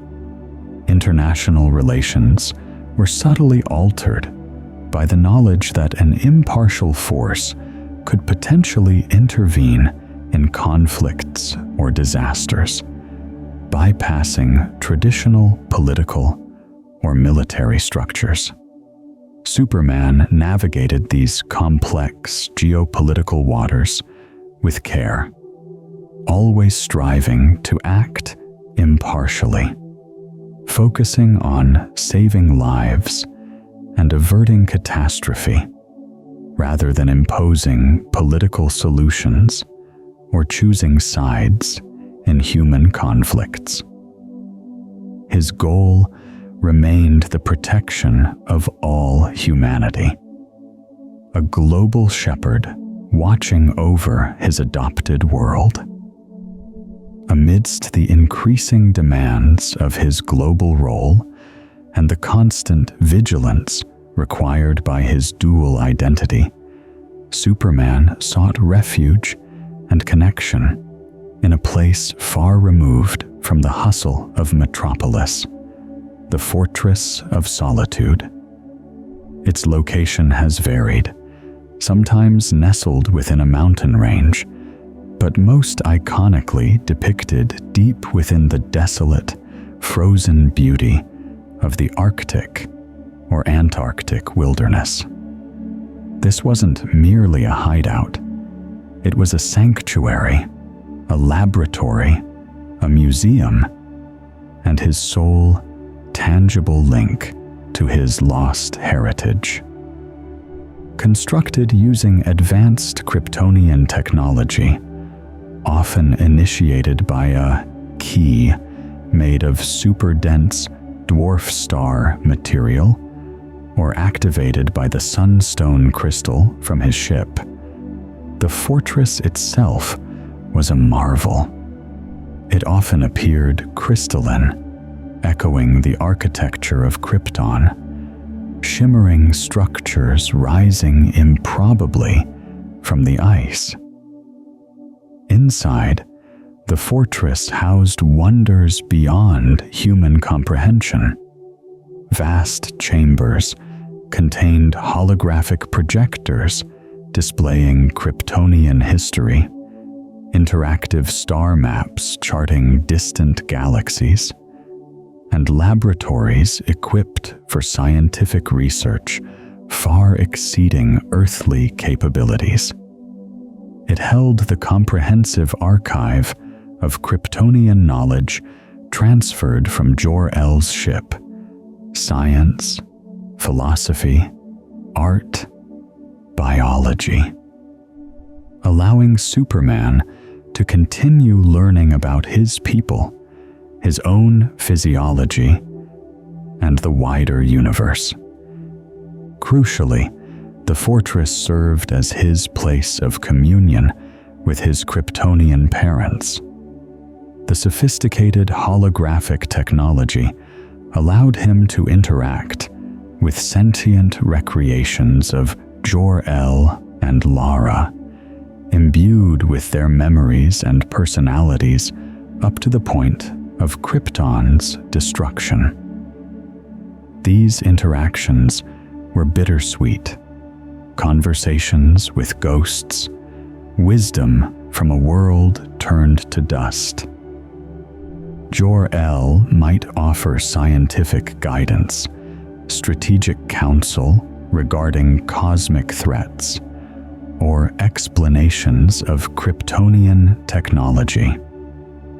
Lara could provide emotional context, insights into Kryptonian culture and ethics, and perhaps a comforting reminder of the love that sent him across the stars.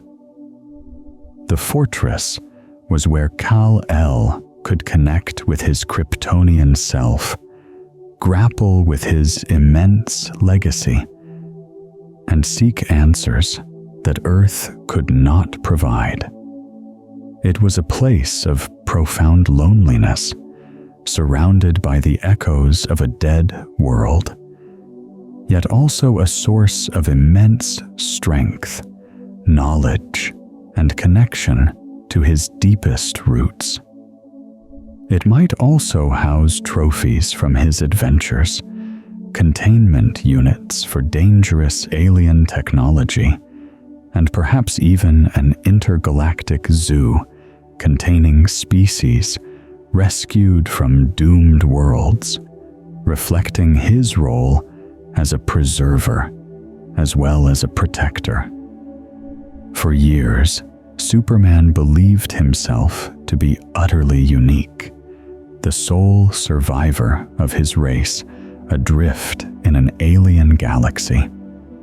The loneliness of this position despite the love of the Kents and his connections in Metropolis, was profound. Then, the impossible happened again. Another Kryptonian vessel, following a trajectory uncannily similar to his own, arrived on Earth. Inside was not an infant this time, but a young woman, confused, frightened, and possessing powers mirroring his own under the yellow sun. This was Kara Zor-El, his cousin. Her story was both parallel and distinct from Kal-El's. She hailed from Argo City, a Kryptonian metropolis that, through incredible scientific effort and perhaps sheer luck, had survived Krypton's initial destruction. Shielded by a protective dome, or perhaps blasted clear of the planet's explosion, Argo City drifted through space for a time, a fragile island of survivors. However, the ground beneath them eventually turned to kryptonite, slowly poisoning its inhabitants. Kara's father, Zor-El, Jor-El's brother, replicated his brother's desperate gamble, placing his daughter Kara into a rocket aimed at the same promising yellow sun world where he believed his nephew might have landed.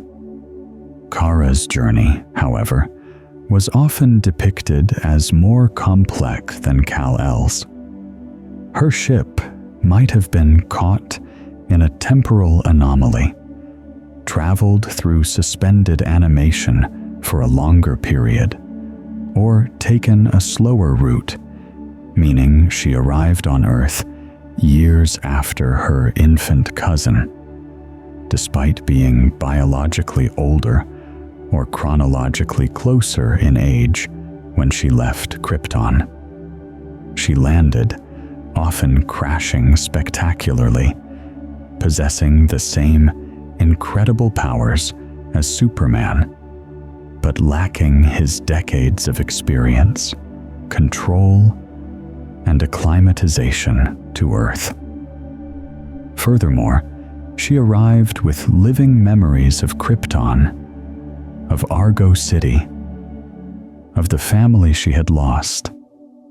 While Kal-El's loss was an abstract concept learned through holograms, Kara's was a fresh, painful reality. Superman's discovery of Kara was a moment of profound significance. He was no longer alone. He had family, a living link to Krypton. He took his cousin under his wing, revealing his own dual identity and helping her adjust to Earth, a world vastly different from the technologically advanced, emotionally reserved society she remembered. He helped her understand and control her newfound powers, which often manifested suddenly and overwhelmingly upon exposure to the yellow sun. He provided guidance, support, and the comfort of shared heritage.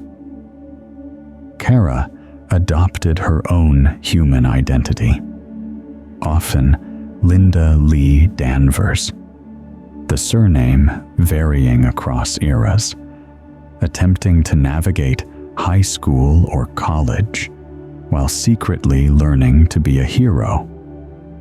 She eventually took on the superhero mantle of Supergirl, initially perhaps operating in secret or alongside Superman, before establishing herself as a powerful and respected hero in her own right. Her presence added a new dynamic to Superman's life, It brought the joy of family, but also new worries, concern for her safety, the challenge of guiding her development, and the shared burden of their Kryptonian legacy. Supergirl became a vital part of the expanding Superman family, a symbol of resilience and hope, proving that even from the ashes of destruction, life could endure and find new purpose. In some chronicles, another survivor of Krypton arrived alongside Kal-El, albeit one of the four-legged variety, Krypto, the super dog. Often depicted as the El family pet, Krypto was used by Jor-El as a test subject for his prototype rockets. Launched into space shortly before Kal-El, Krypto's ship was knocked off course, but eventually found its way to Earth, reuniting with his young master during Clark's youth in Smallville, or later in Metropolis. Possessing proportionate Kryptonian powers under the yellow sun, super strength, flight, super senses, especially smell and hearing, Krypto became Superman's loyal companion and occasional crime-fighting partner, adding a touch of canine charm and unwavering loyalty to the legend. Superman's growing prominence and Earth's position under a power-bestowing yellow sun did not go unnoticed in the wider cosmos. While Lex Luthor represented the pinnacle of human antagonism, threats far more powerful and alien began to emerge, drawn to Earth by Superman's presence or by their own galaxy-spanning ambitions. Among the most significant and terrifying of these was Brainiac. Brainiac's origins and nature have perhaps undergone more revisions than any other major Superman foe. Yet his core concept remains chillingly consistent. A hyper-intelligent, cold, calculating alien entity obsessed with acquiring and preserving knowledge, often at the expense of entire civilizations. In his earliest appearances, he was an alien scientist, often green-skinned, traveling with a space monkey named Coco, shrinking cities from various worlds, including Krypton's capital, Kandor, and storing them in bottles aboard his ship as collector's items before destroying the planets themselves to prevent the knowledge from spreading. Later, he was reimagined as a sophisticated artificial intelligence, perhaps of Kryptonian origin itself, a central computer gone rogue, or an alien construct that interfaced with Kryptonian technology. More recent interpretations often depict him as a biomechanical entity, a fusion of organic life and advanced technology, constantly upgrading himself, his consciousness hopping between robotic bodies or existing as a vast network. Whatever his form, Brainiac represented an intellectual and technological challenge far beyond Luthor. His intellect dwarfed human genius. His technology was light years ahead of Earth's, and his motives were utterly alien and unempathetic. He possessed vast databases of information gathered from countless conquered worlds, controlled legions of robotic drones, and wielded technology capable of planetary-scale destruction or manipulation. His encounters with Superman were often devastating, pushing the Man of Steel to his absolute limits, both physically and intellectually. Brainiac sought Kryptonian knowledge, seeing Superman as a data source or an anomaly to be collected or eradicated. His shrinking and bottling of Kandor, trapping millions of Kryptonians in a miniaturized state, became a recurring element, providing Superman with a painful, inaccessible link to his lost people, and a constant motivation to find a way to restore them. Brainiac's cold logic, his relentless pursuit of knowledge without compassion, made him a dark mirror to Krypton's own potential for sterile intellectualism, and a profound threat to Earth's very existence. Another category of formidable adversaries emerged from Krypton's own past, specifically from the Phantom Zone.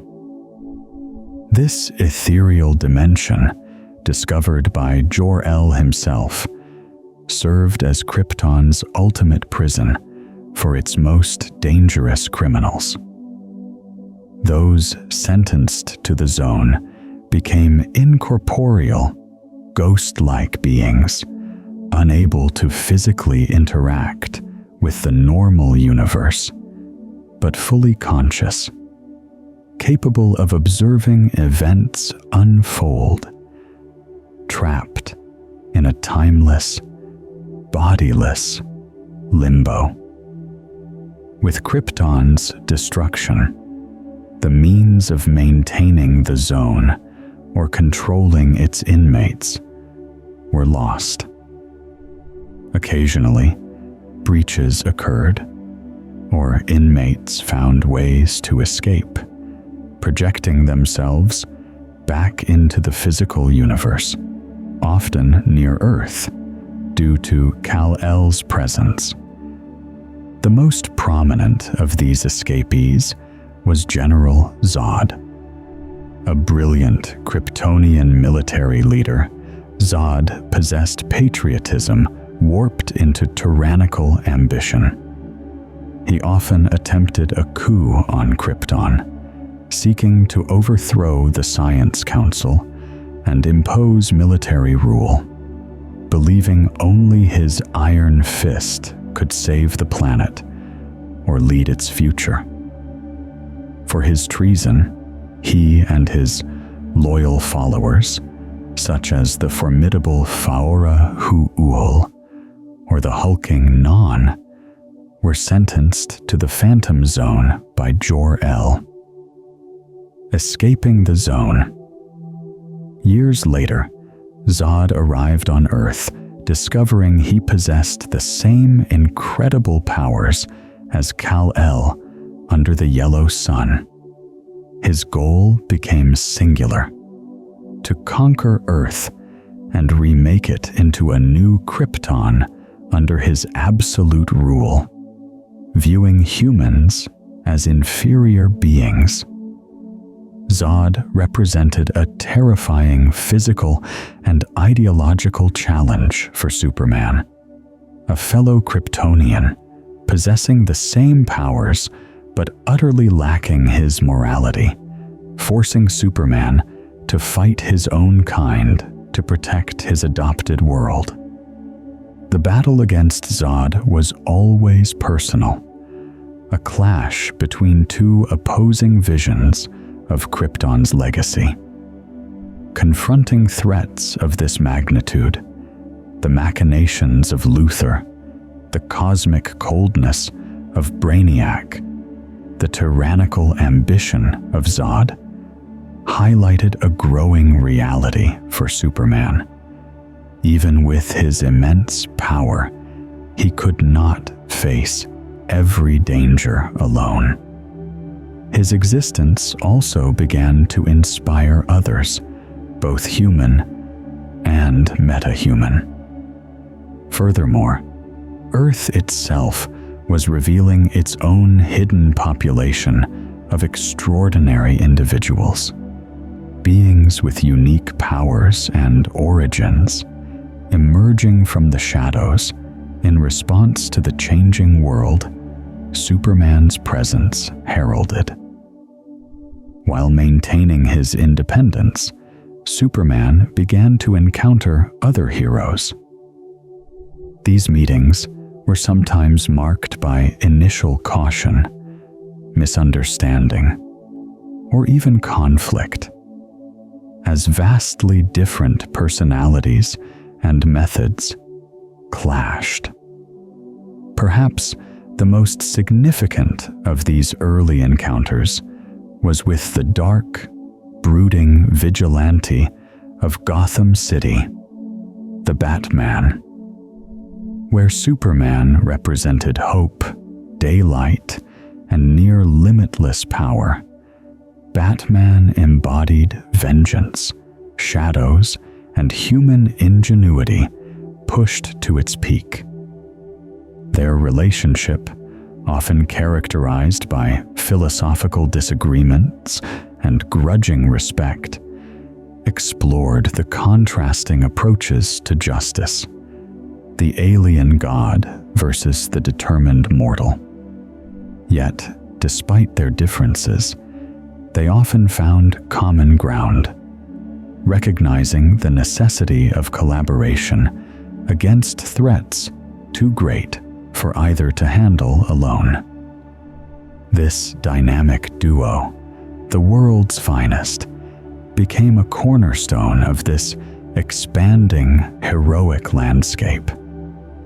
He might also encounter figures like Wonder Woman, the Amazon princess from the hidden island of Themyscira, embodying ancient magic, warrior skill, and divine grace.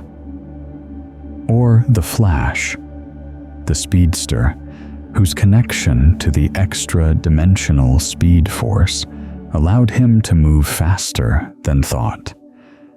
Or Green Lantern, a member of an intergalactic police force wielding a power ring capable of creating constructs limited only by willpower. Or Aquaman, the king of the undersea realm of Atlantis, commanding the oceans and bridging the gap between the surface world and the deep. These interactions, these nascent alliances, planted the seeds for something greater. The realization dawned among Superman and these other emerging heroes that while they could protect their individual cities or domains, some threats were planetary, even cosmic, in scale. The need for a unified front, a team capable of coordinating their diverse powers and expertise, became increasingly apparent. These early collaborations, forged in the heat of battle against overwhelming odds, laid the groundwork for what would eventually become Earth's premier superhero team, the Justice League of America. Superman, often reluctantly at first due to his solitary nature and concerns about escalating threats, frequently found himself positioned as a founding member, a moral center, and often the powerhouse anchor of this extraordinary alliance. His involvement marked a significant evolution from lone protector to key player in a burgeoning community of heroes united in their commitment to safeguarding the Earth. The Man of Steel was no longer a novelty, nor merely a symbol. He was an integral part of the global landscape, a constant presence whose actions reverberated across nations, and whose existence shaped the very course of human events. The initial awe had settled into a complex mixture of reliance, scrutiny, and philosophical debate. Superman was a fact of life, a seemingly insurmountable force for good. Yet the sheer scale of his power and the magnitude of the threats he increasingly faced brought with them an ever-deepening sense of responsibility and an awareness of the precarious balance he maintained. His life continued its demanding rhythm. The grounded humanity of Clark Kent providing perspective and connection. The soaring power of Superman offering protection and intervention. The world, however, rarely stood still. While Metropolis remained his anchor, the challenges grew in scope and complexity. He grappled not only with the physical threats of supervillains and natural disasters, but also with the intricate moral quandaries that came with godlike power. When does intervention become interference? How does one decide which crisis takes precedence when cries for help arise simultaneously from opposite ends of the earth? Can one being truly safeguard an entire planet without inadvertently stifling its growth or autonomy? These were questions without easy answers, weighing heavily on the solitary figure who carried the hopes of two worlds upon his shoulders. He learned that true strength lay not just in lifting mountains, but in the wisdom to know when, where, and how to apply his power. And sometimes, the even greater strength required for restraint. Amidst the cosmic battles and global crises, the human heart of the story, the life of Clark Kent, continued to evolve, particularly his relationship with Lois Lane. The intricate dance of their dynamic, the push and pull between Clark the colleague and Superman the idol, could not sustain itself indefinitely under the weight of genuine affection and shared danger. The secret identity, once a necessary shield, began to feel like a barrier to true intimacy. The risks of revealing the truth were immense, placing Lois in the crosshairs of his enemies, potentially altering her perception of him forever, shattering the normalcy he fought so hard to maintain as Clark. Yet, the desire for honesty, for a partnership built on complete trust, grew stronger. The moment of revelation, when it finally came, was a pivotal turning point, depicted differently across various eras, but always profound. Perhaps it was a moment of extreme vulnerability for Superman, forcing the truth out. Maybe Clark, unable to bear the deception any longer, chose a quiet moment to trust Lois with the biggest secret in the universe. Or perhaps Lois, in a brilliant display of investigative deduction, finally pieced together the undeniable clues, confronting Clark not with accusation, but with understanding. However it unfolded, the unveiling of Clark Kent as Superman was a gamble of the heart.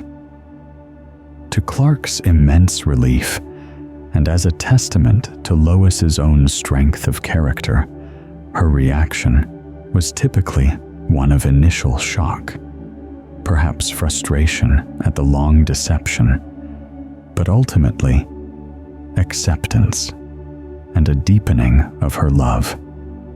She saw not just the power of Superman, but the goodness of Clark, the man she had worked alongside, argued with, and unknowingly cared for.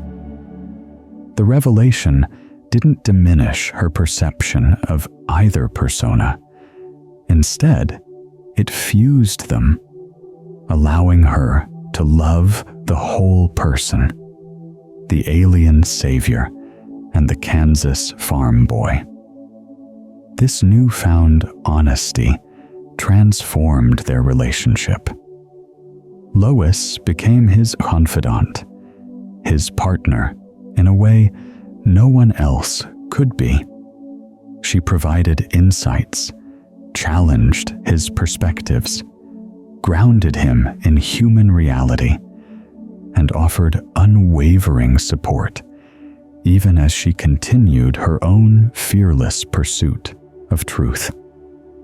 The knowledge of his secret also placed her in greater danger, a reality both acknowledged and faced together. Their journey often led to marriage, a union celebrated by their friends and colleagues at the Daily Planet, who remained blissfully unaware that Lois Lane had married not just Clark Kent, but also the Man of Steel.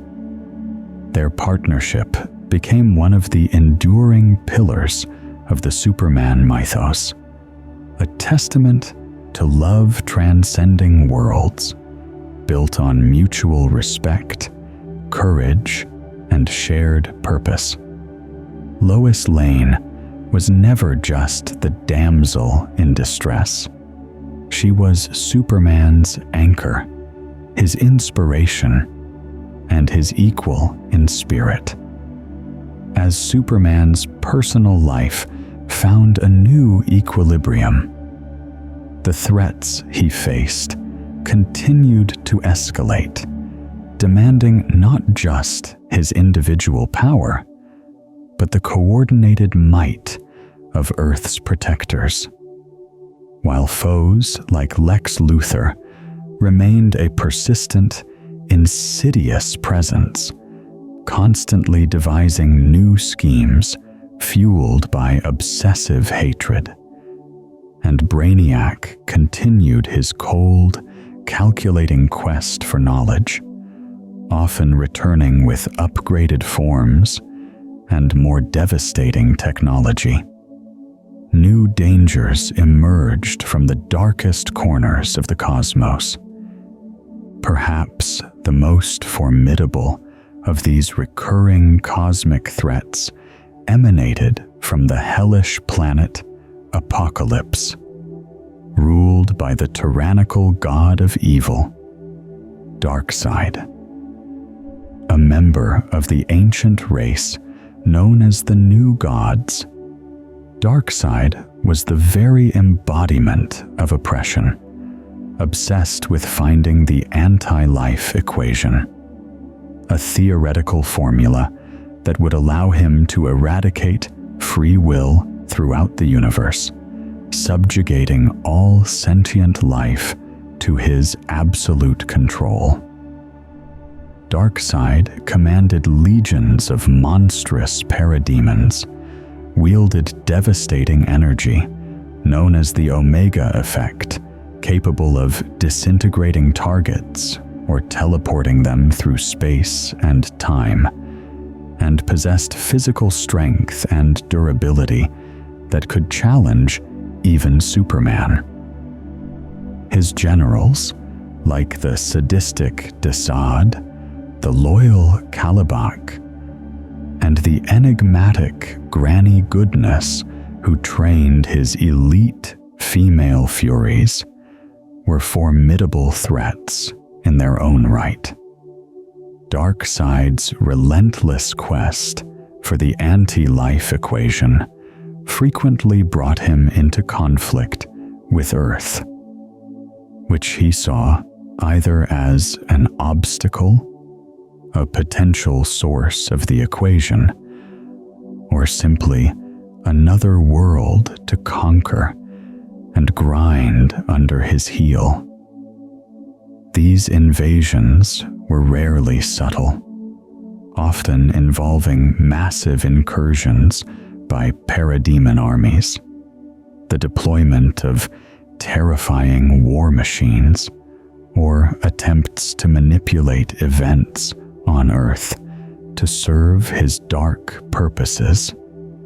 Confronting Darkseid and the forces of Apokolips often required more than just Superman. It demanded the combined power of the Justice League.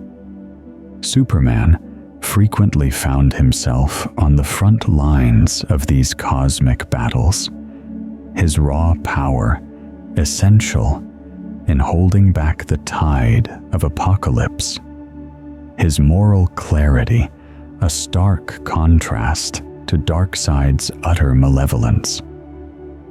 These conflicts pushed the Justice League to its limits, forcing them to coordinate their diverse abilities against a foe whose power rivaled God's, reinforcing Superman's role as not just a symbol for Earth, but a key defender against existential threats from beyond the stars. For all his power, for all his victories against terrestrial tyrants and cosmic despots, Superman remained, in his heart, dedicated to the preservation of life. He fought to protect, to save, never to kill. But the universe occasionally conjures forces devoid of reason, driven by pure destruction, forces against which even the Man of Steel's restraint might prove insufficient. Such a force arrived on Earth seemingly from nowhere, a monstrous engine of destruction, encased in bony protrusions, possessing unstoppable strength and a singular, mindless purpose: to obliterate everything in its path. It carved a swath of devastation across America, effortlessly dispatching Earth's heroes who tried to stand against it. This creature would become known by a name whispered in fear: Doomsday. Doomsday was unlike any foe Superman had faced before. It possessed no grand scheme, no ideology, no discernible intellect, only raw, escalating power and seemingly limitless rage. Its physical strength matched, and at times seemed to exceed, Superman's own. Its hide was virtually impenetrable, its bony spurs capable of piercing even Kryptonian flesh.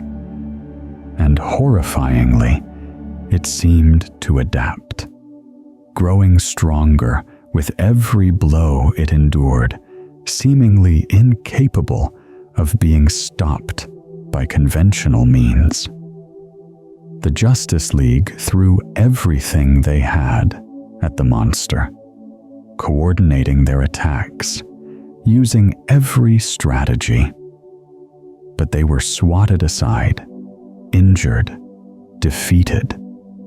The creature continued its relentless march, its destination seemingly random, yet inevitably heading towards the heart of Metropolis.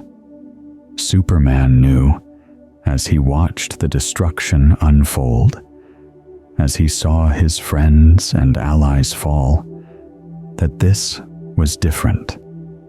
This was not a battle that could be won through strategy or containment. This was a primal confrontation, a fight for the very survival of his city, his world. He intercepted Doomsday on the streets of Metropolis, and what followed was not a strategic battle, but a brutal, city-shattering slugfest, an elemental clash of two seemingly unstoppable forces. The fight raged through the city, leveling buildings, tearing up streets, the shock waves of their blows shattering windows for miles around. It was a conflict stripped bare of finesse, reduced to pure, desperate physical force.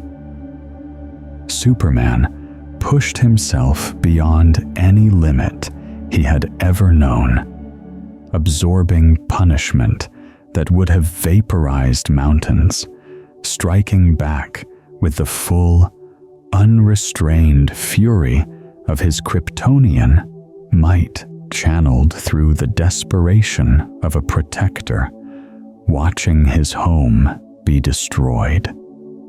He fought not just with strength, but with the accumulated weight of his love for Earth, his responsibility as its guardian.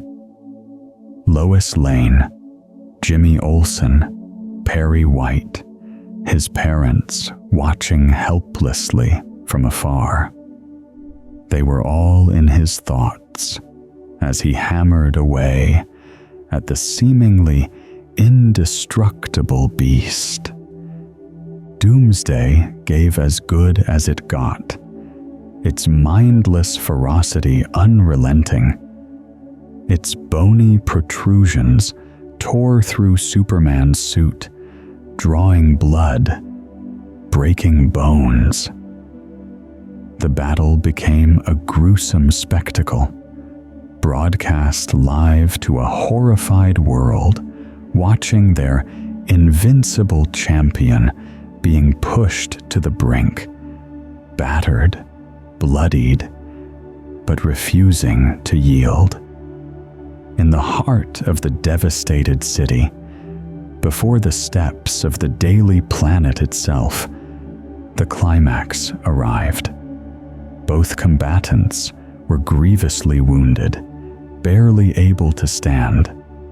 With one final, simultaneous, earth-shattering blow, fueled by every last ounce of their remaining power, Superman and Doomsday struck each other down. The monster, Doomsday, finally lay still, defeated. But the cost was unimaginable. Superman, the Man of Steel, the symbol of hope, collapsed into the arms of a tearful Lois Lane, broken, lifeless. The world watched in stunned silence, then erupted in collective grief. Superman was dead. The death of Superman sent shockwaves across the globe, unlike anything seen before. It wasn't just the loss of a powerful protector. It was the extinguishing of a light, the death of an ideal. Crime rates reportedly spiked. A pervasive sense of despair settled over Metropolis and beyond. Vigils were held, monuments were erected, and the world mourned the passing of the ultimate hero. The iconic S shield, once a symbol of hope, became a symbol of profound loss, often draped in black.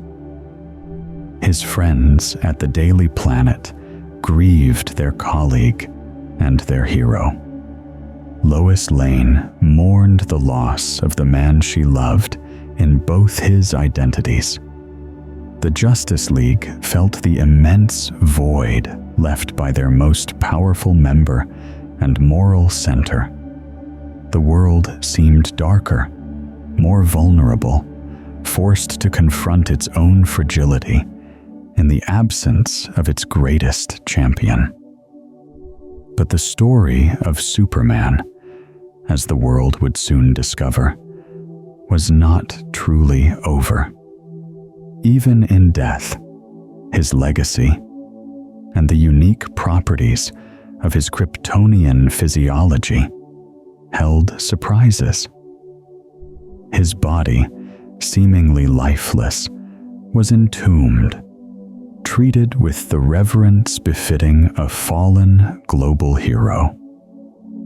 Yet, deep within his cells, the solar energy he had absorbed throughout his life, combined with inherent Kryptonian regenerative abilities, began a slow, imperceptible process. Or perhaps technology came into play. A Kryptonian regeneration matrix within the Fortress of Solitude, secretly activated by automated systems or a concerned ally like the Eradicator entity, working to repair the catastrophic damage. While Superman's body lay dormant, the void left by his absence created a power vacuum. And into this vacuum stepped 4 new figures, each claiming in some way to be Superman or his successor. This period became known as the Reign of the Supermen. There was Steel, John Henry Irons, a brilliant engineer inspired by Superman, who wore a suit of high-tech armor and wielded a hammer, embodying Superman's spirit of justice and protection for the common man. There was the new Superboy, a brash, young clone, later revealed to be genetically engineered from both Superman's and Lex Luthor's DNA, possessing tactile telekinesis that mimicked Superman's powers, representing the hero's youthful energy, but lacking his maturity. There was the Eradicator, a visor-wearing, energy-blasting figure, ruthless and alien, later revealed to be an ancient Kryptonian artifact or consciousness dedicated to preserving Kryptonian purity, embodying the sterner, colder aspects of Krypton's legacy. And most sinisterly, there was the cyborg Superman, appearing initially as a restored but mechanically enhanced Man of Steel, only to be revealed as Hank Henshaw, a former astronaut tragically fused with Kryptonian technology, driven mad by loss and blaming Superman for his fate, embodying a horrifying perversion of the hero's image. The world was confused, unsure who, if any, was the real Superman. These new figures clashed with each other and with emerging threats, their motives often unclear. the mystery deepened. Hope mingled with fear. It was amidst this chaos, often triggered by the actions of the treacherous cyborg Superman, who allied himself with cosmic forces to devastate Coast City, hometown of Green Lantern Hal Jordan, that the true Superman finally began his return. Emerging from his regenerative slumber, perhaps weakened, initially powerless, often clad in a black recovery suit designed to maximize solar absorption, Superman returned to a world dramatically changed by his absence and confused by his apparent successors. His resurrection wasn't instantaneous heroism. It was a recovery, a struggle to regain his full strength, to understand what had happened, and to confront the pretenders who had risen in his stead, particularly the malevolent cyborg Superman.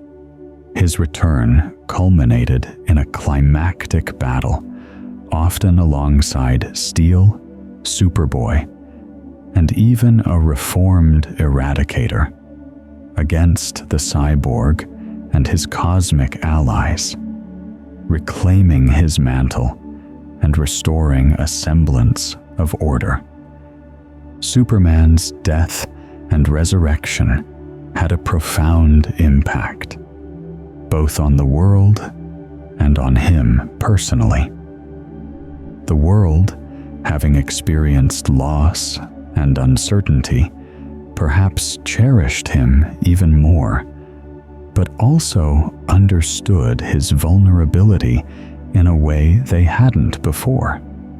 For Superman, the experience was transformative.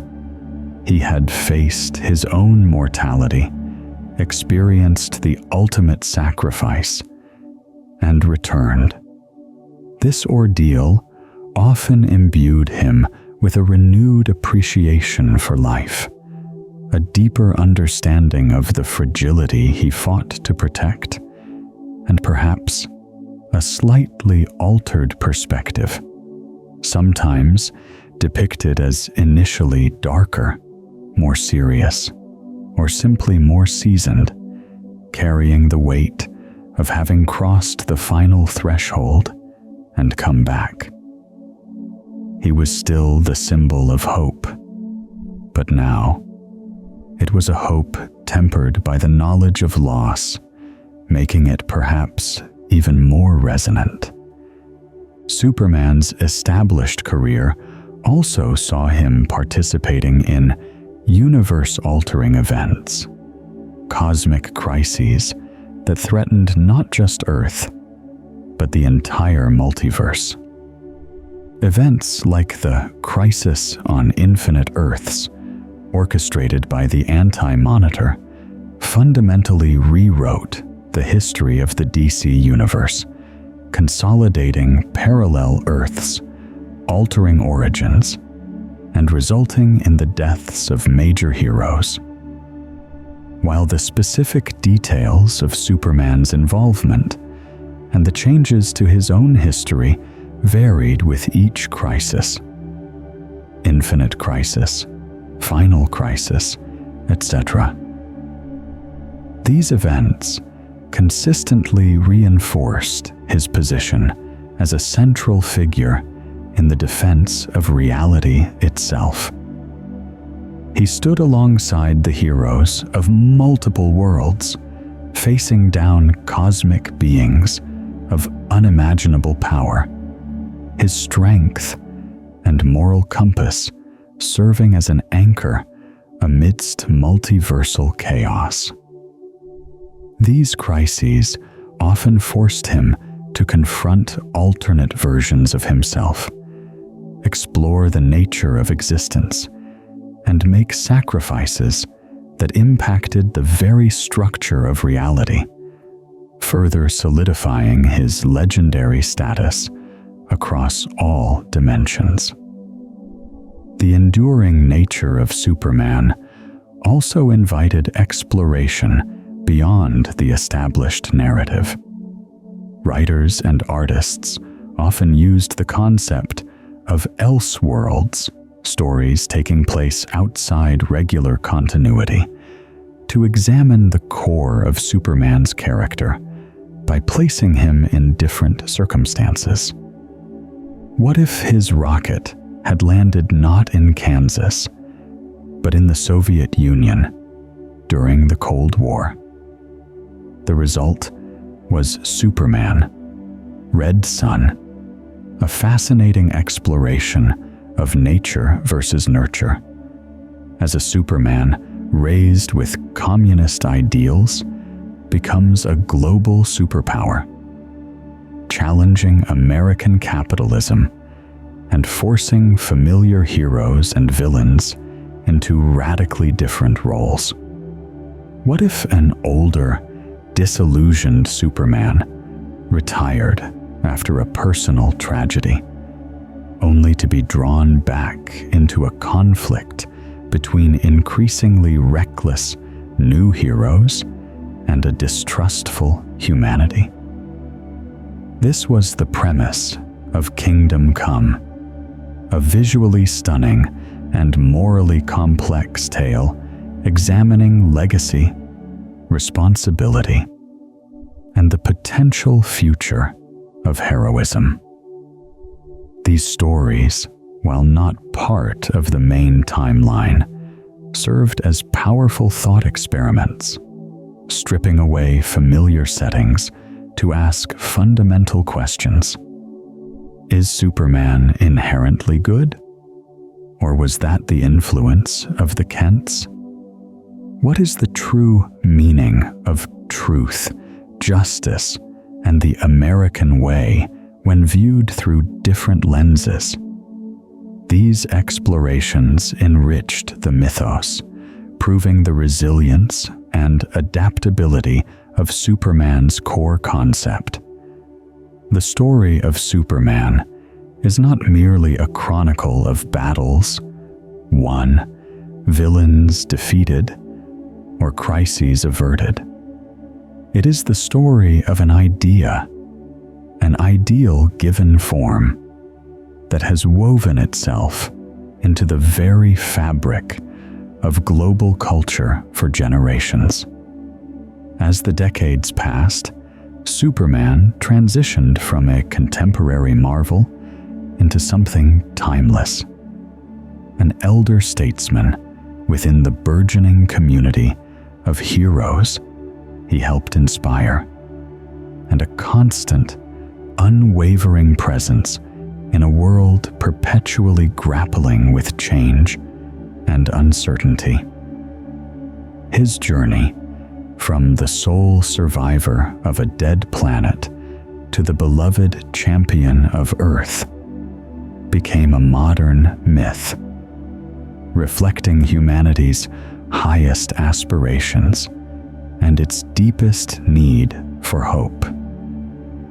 His legacy is not simply etched in the history books of his adopted world, but in the countless lives he touched, the heroes he inspired, and the enduring symbol he became. Superman's influence extended far beyond the citizens he directly rescued or the villains he apprehended. His very existence reshaped humanity's perception of the possible, forcing a confrontation with the reality of life beyond Earth and the potential for power far exceeding human limits. He became a benchmark, a standard against which other emerging heroes were often measured. His unwavering moral code, his commitment to truth and justice, his careful restraint despite possessing near infinite power. These qualities set a profound example. while some newer heroes might embrace darker methods or grapple with more ambiguous moralities, Superman often served as the unwavering moral compass, the figure reminding them of the fundamental principles they fought for. His influence wasn't always direct mentorship, though he certainly played that role, particularly with his cousin Kara Zor-El, Supergirl, and figures like Connor Kent, Superboy, guiding them as they learned to control their powers and navigate the complexities of heroism and dual identities. He offered counsel, shared the wisdom gleaned from decades of experience, and provided a stabilizing presence within the often volatile dynamics of the superhero community. But often, his influence was more subtle, the Superman effect. His presence inspired ordinary people to acts of courage and altruism, fostering a belief that goodness could prevail. In-universe scientific advancements were sometimes spurred by attempts to understand his physiology or replicate his abilities, though often with dangerous results, particularly when pursued by figures like Lex Luthor. His symbolic power was immense. The S-shield became a universal signifier of help, safety, and hope, recognized and respected across cultures, a testament to the fundamental human values he embodied. He proved that power need not corrupt, that strength could be synonymous with gentleness, and that being an outsider, an immigrant, did not preclude one from becoming the ultimate champion of their adopted home. As years turned into decades, Superman himself evolved. While his physical aging process was significantly slowed, if not halted entirely, by his Kryptonian physiology under the yellow sun, he gained wisdom, perspective, and perhaps a certain weariness born from witnessing humanity's endless cycle of conflict and self-destruction, juxtaposed with its boundless capacity for kindness and innovation. He became more than just the powerhouse of the Justice League. He was often its heart and soul, the figure others looked to not just for strength in battle, but for moral clarity in times of doubt.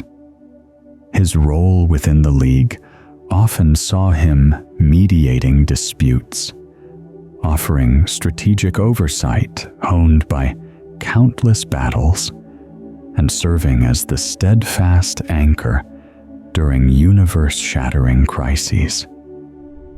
He understood the burden of leadership, but often preferred to lead by example rather than decree.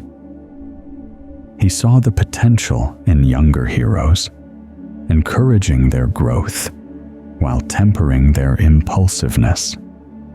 He formed deep bonds with his peers, the tactical genius and contrasting darkness of Batman, the warrior's grace and compassion of Wonder Woman, the steadfast loyalty of figures like the Flash or Martian Manhunter.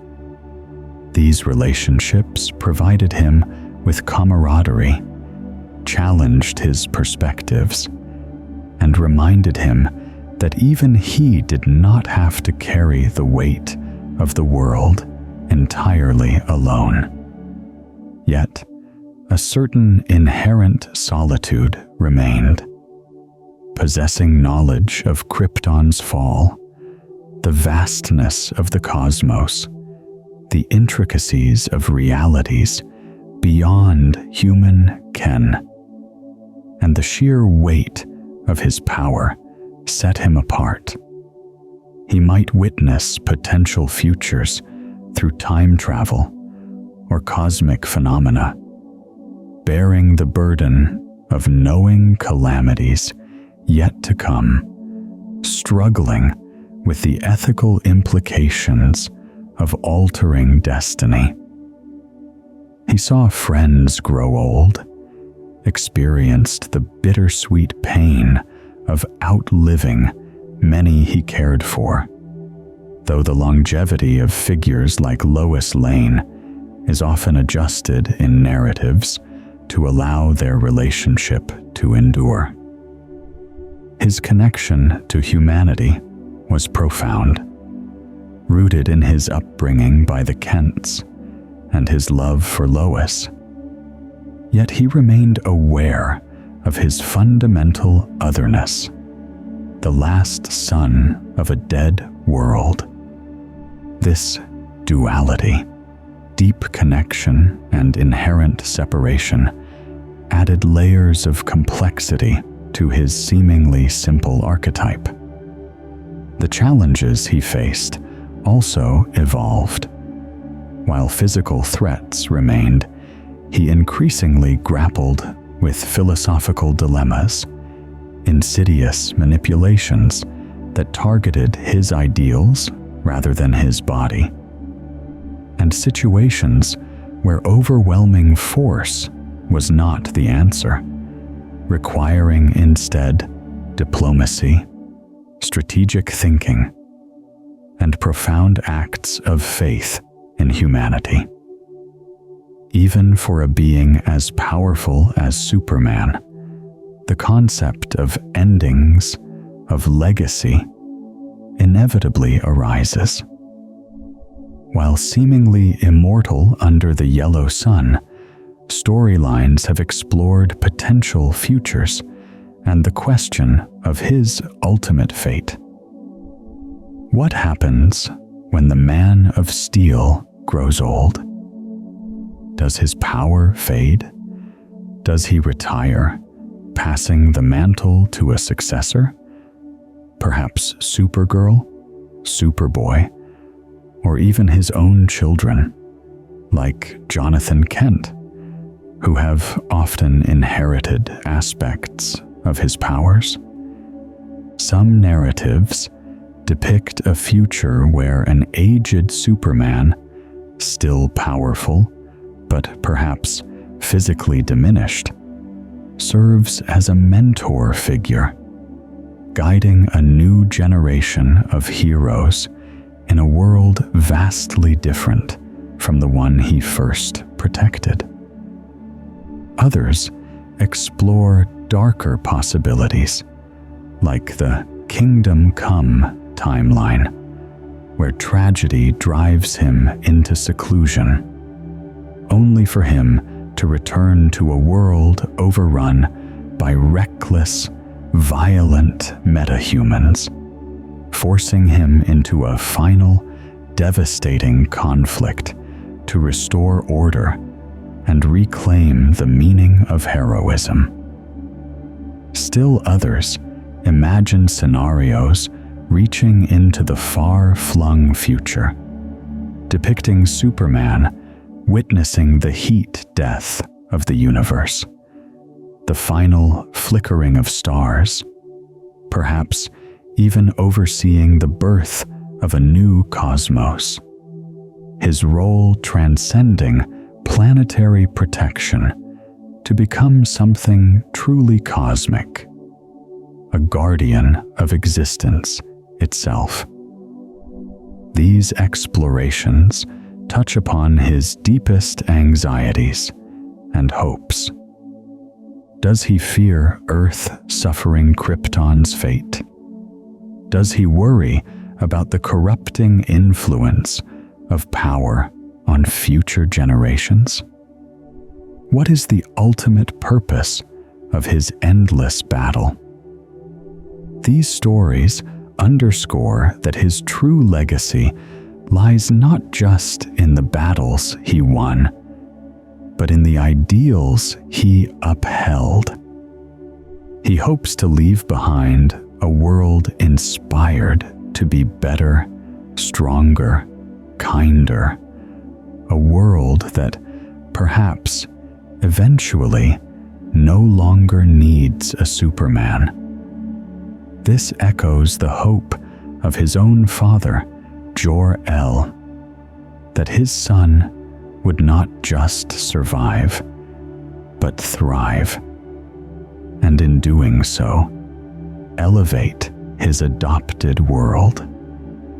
The question of Superman's end often circles back to his beginning, to the fundamental hope that sent him across the stars.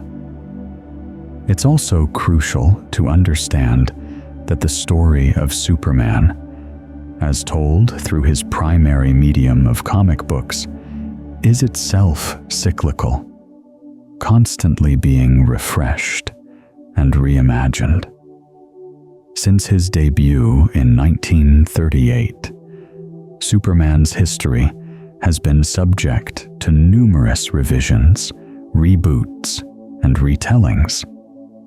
Events like the Crisis on Infinite Earths in the mid-1980s dramatically streamlined decades of complex continuity, leading to John Byrne's influential Man of Steel reboot, which modernized his origins, slightly depowered him, reimagined characters like Lex Luthor as a corrupt tycoon, and kept the Kents alive into his adulthood, emphasizing his human connections. Later initiatives like the New 52 in 2011 offered another universe-wide reboot, presenting a younger, slightly more impulsive Superman with redesigned armor-like attire and altered relationships. More recently, DC Rebirth sought to integrate elements from previous continuities, restoring aspects of his pre-New 52 history, including his marriage to Lois Lane and the birth of their son, Jonathan Kent, who would go on to become Superboy and eventually share the mantle of Superman. These changes, while sometimes confusing for casual observers, are not signs of inconsistency, but rather a testament to the character's enduring power and adaptability. Each generation rediscovers Superman, reinterpreting his core elements through the lens of contemporary concerns and storytelling sensibilities. The fundamental archetype, the alien immigrant raised with strong human values, possessing incredible power used for selfless good, struggling with a dual identity, fighting for truth and justice, remains remarkably consistent. The reboots and retellings ensure that Superman doesn't become a static relic of the past, but remains a vital, relevant figure, his myth constantly renewed, proving the timelessness of the core ideals he represents.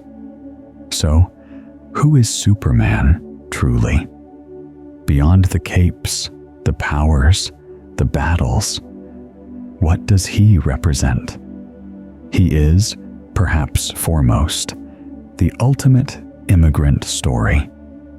The refugee from a destroyed homeland who finds acceptance, love, and purpose in a new world, embracing its values while enriching it with his unique gifts. He embodies the aspirational fantasy of power, not for domination, but for protection. The strength to change the world, tempered by the wisdom and compassion to do so justly.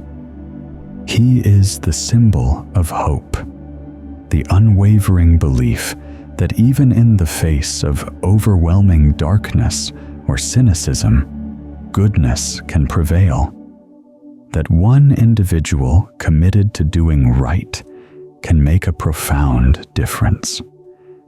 He represents the potential fusion of the best of two worlds, the advanced knowledge and potential of Krypton, married to the empathy, resilience, and fundamental decency instilled by the Kents in Smallville.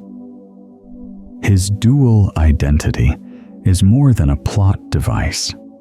It's a metaphor for the balancing act we all perform, reconciling different parts of ourselves, navigating public personas and private truths.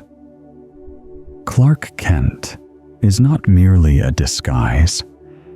He is the essential human core that ensures Kal-El remains grounded, connected, and ultimately trustworthy.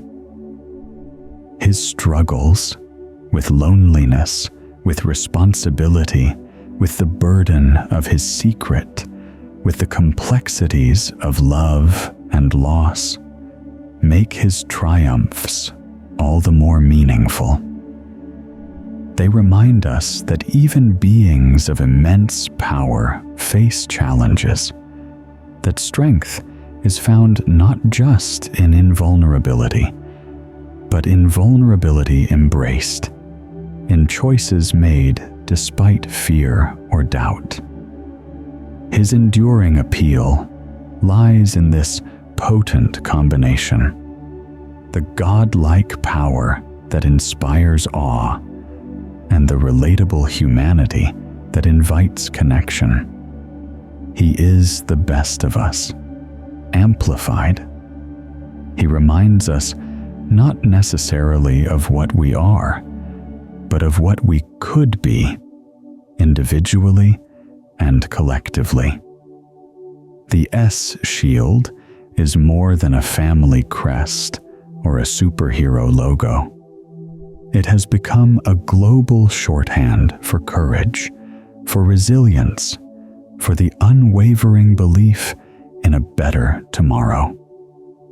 From the dying embers of Krypton to the golden fields of Kansas, from the bustling streets of Metropolis to the farthest reaches of the cosmos, the journey of Kal-El, Clark Kent, Superman, is a saga for the ages.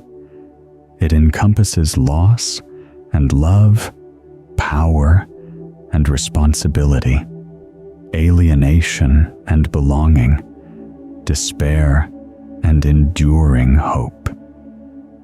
He has faced down tyrants, monsters, and gods, battled threats both terrestrial and cosmic, wrestled with his own identity, and inspired generations.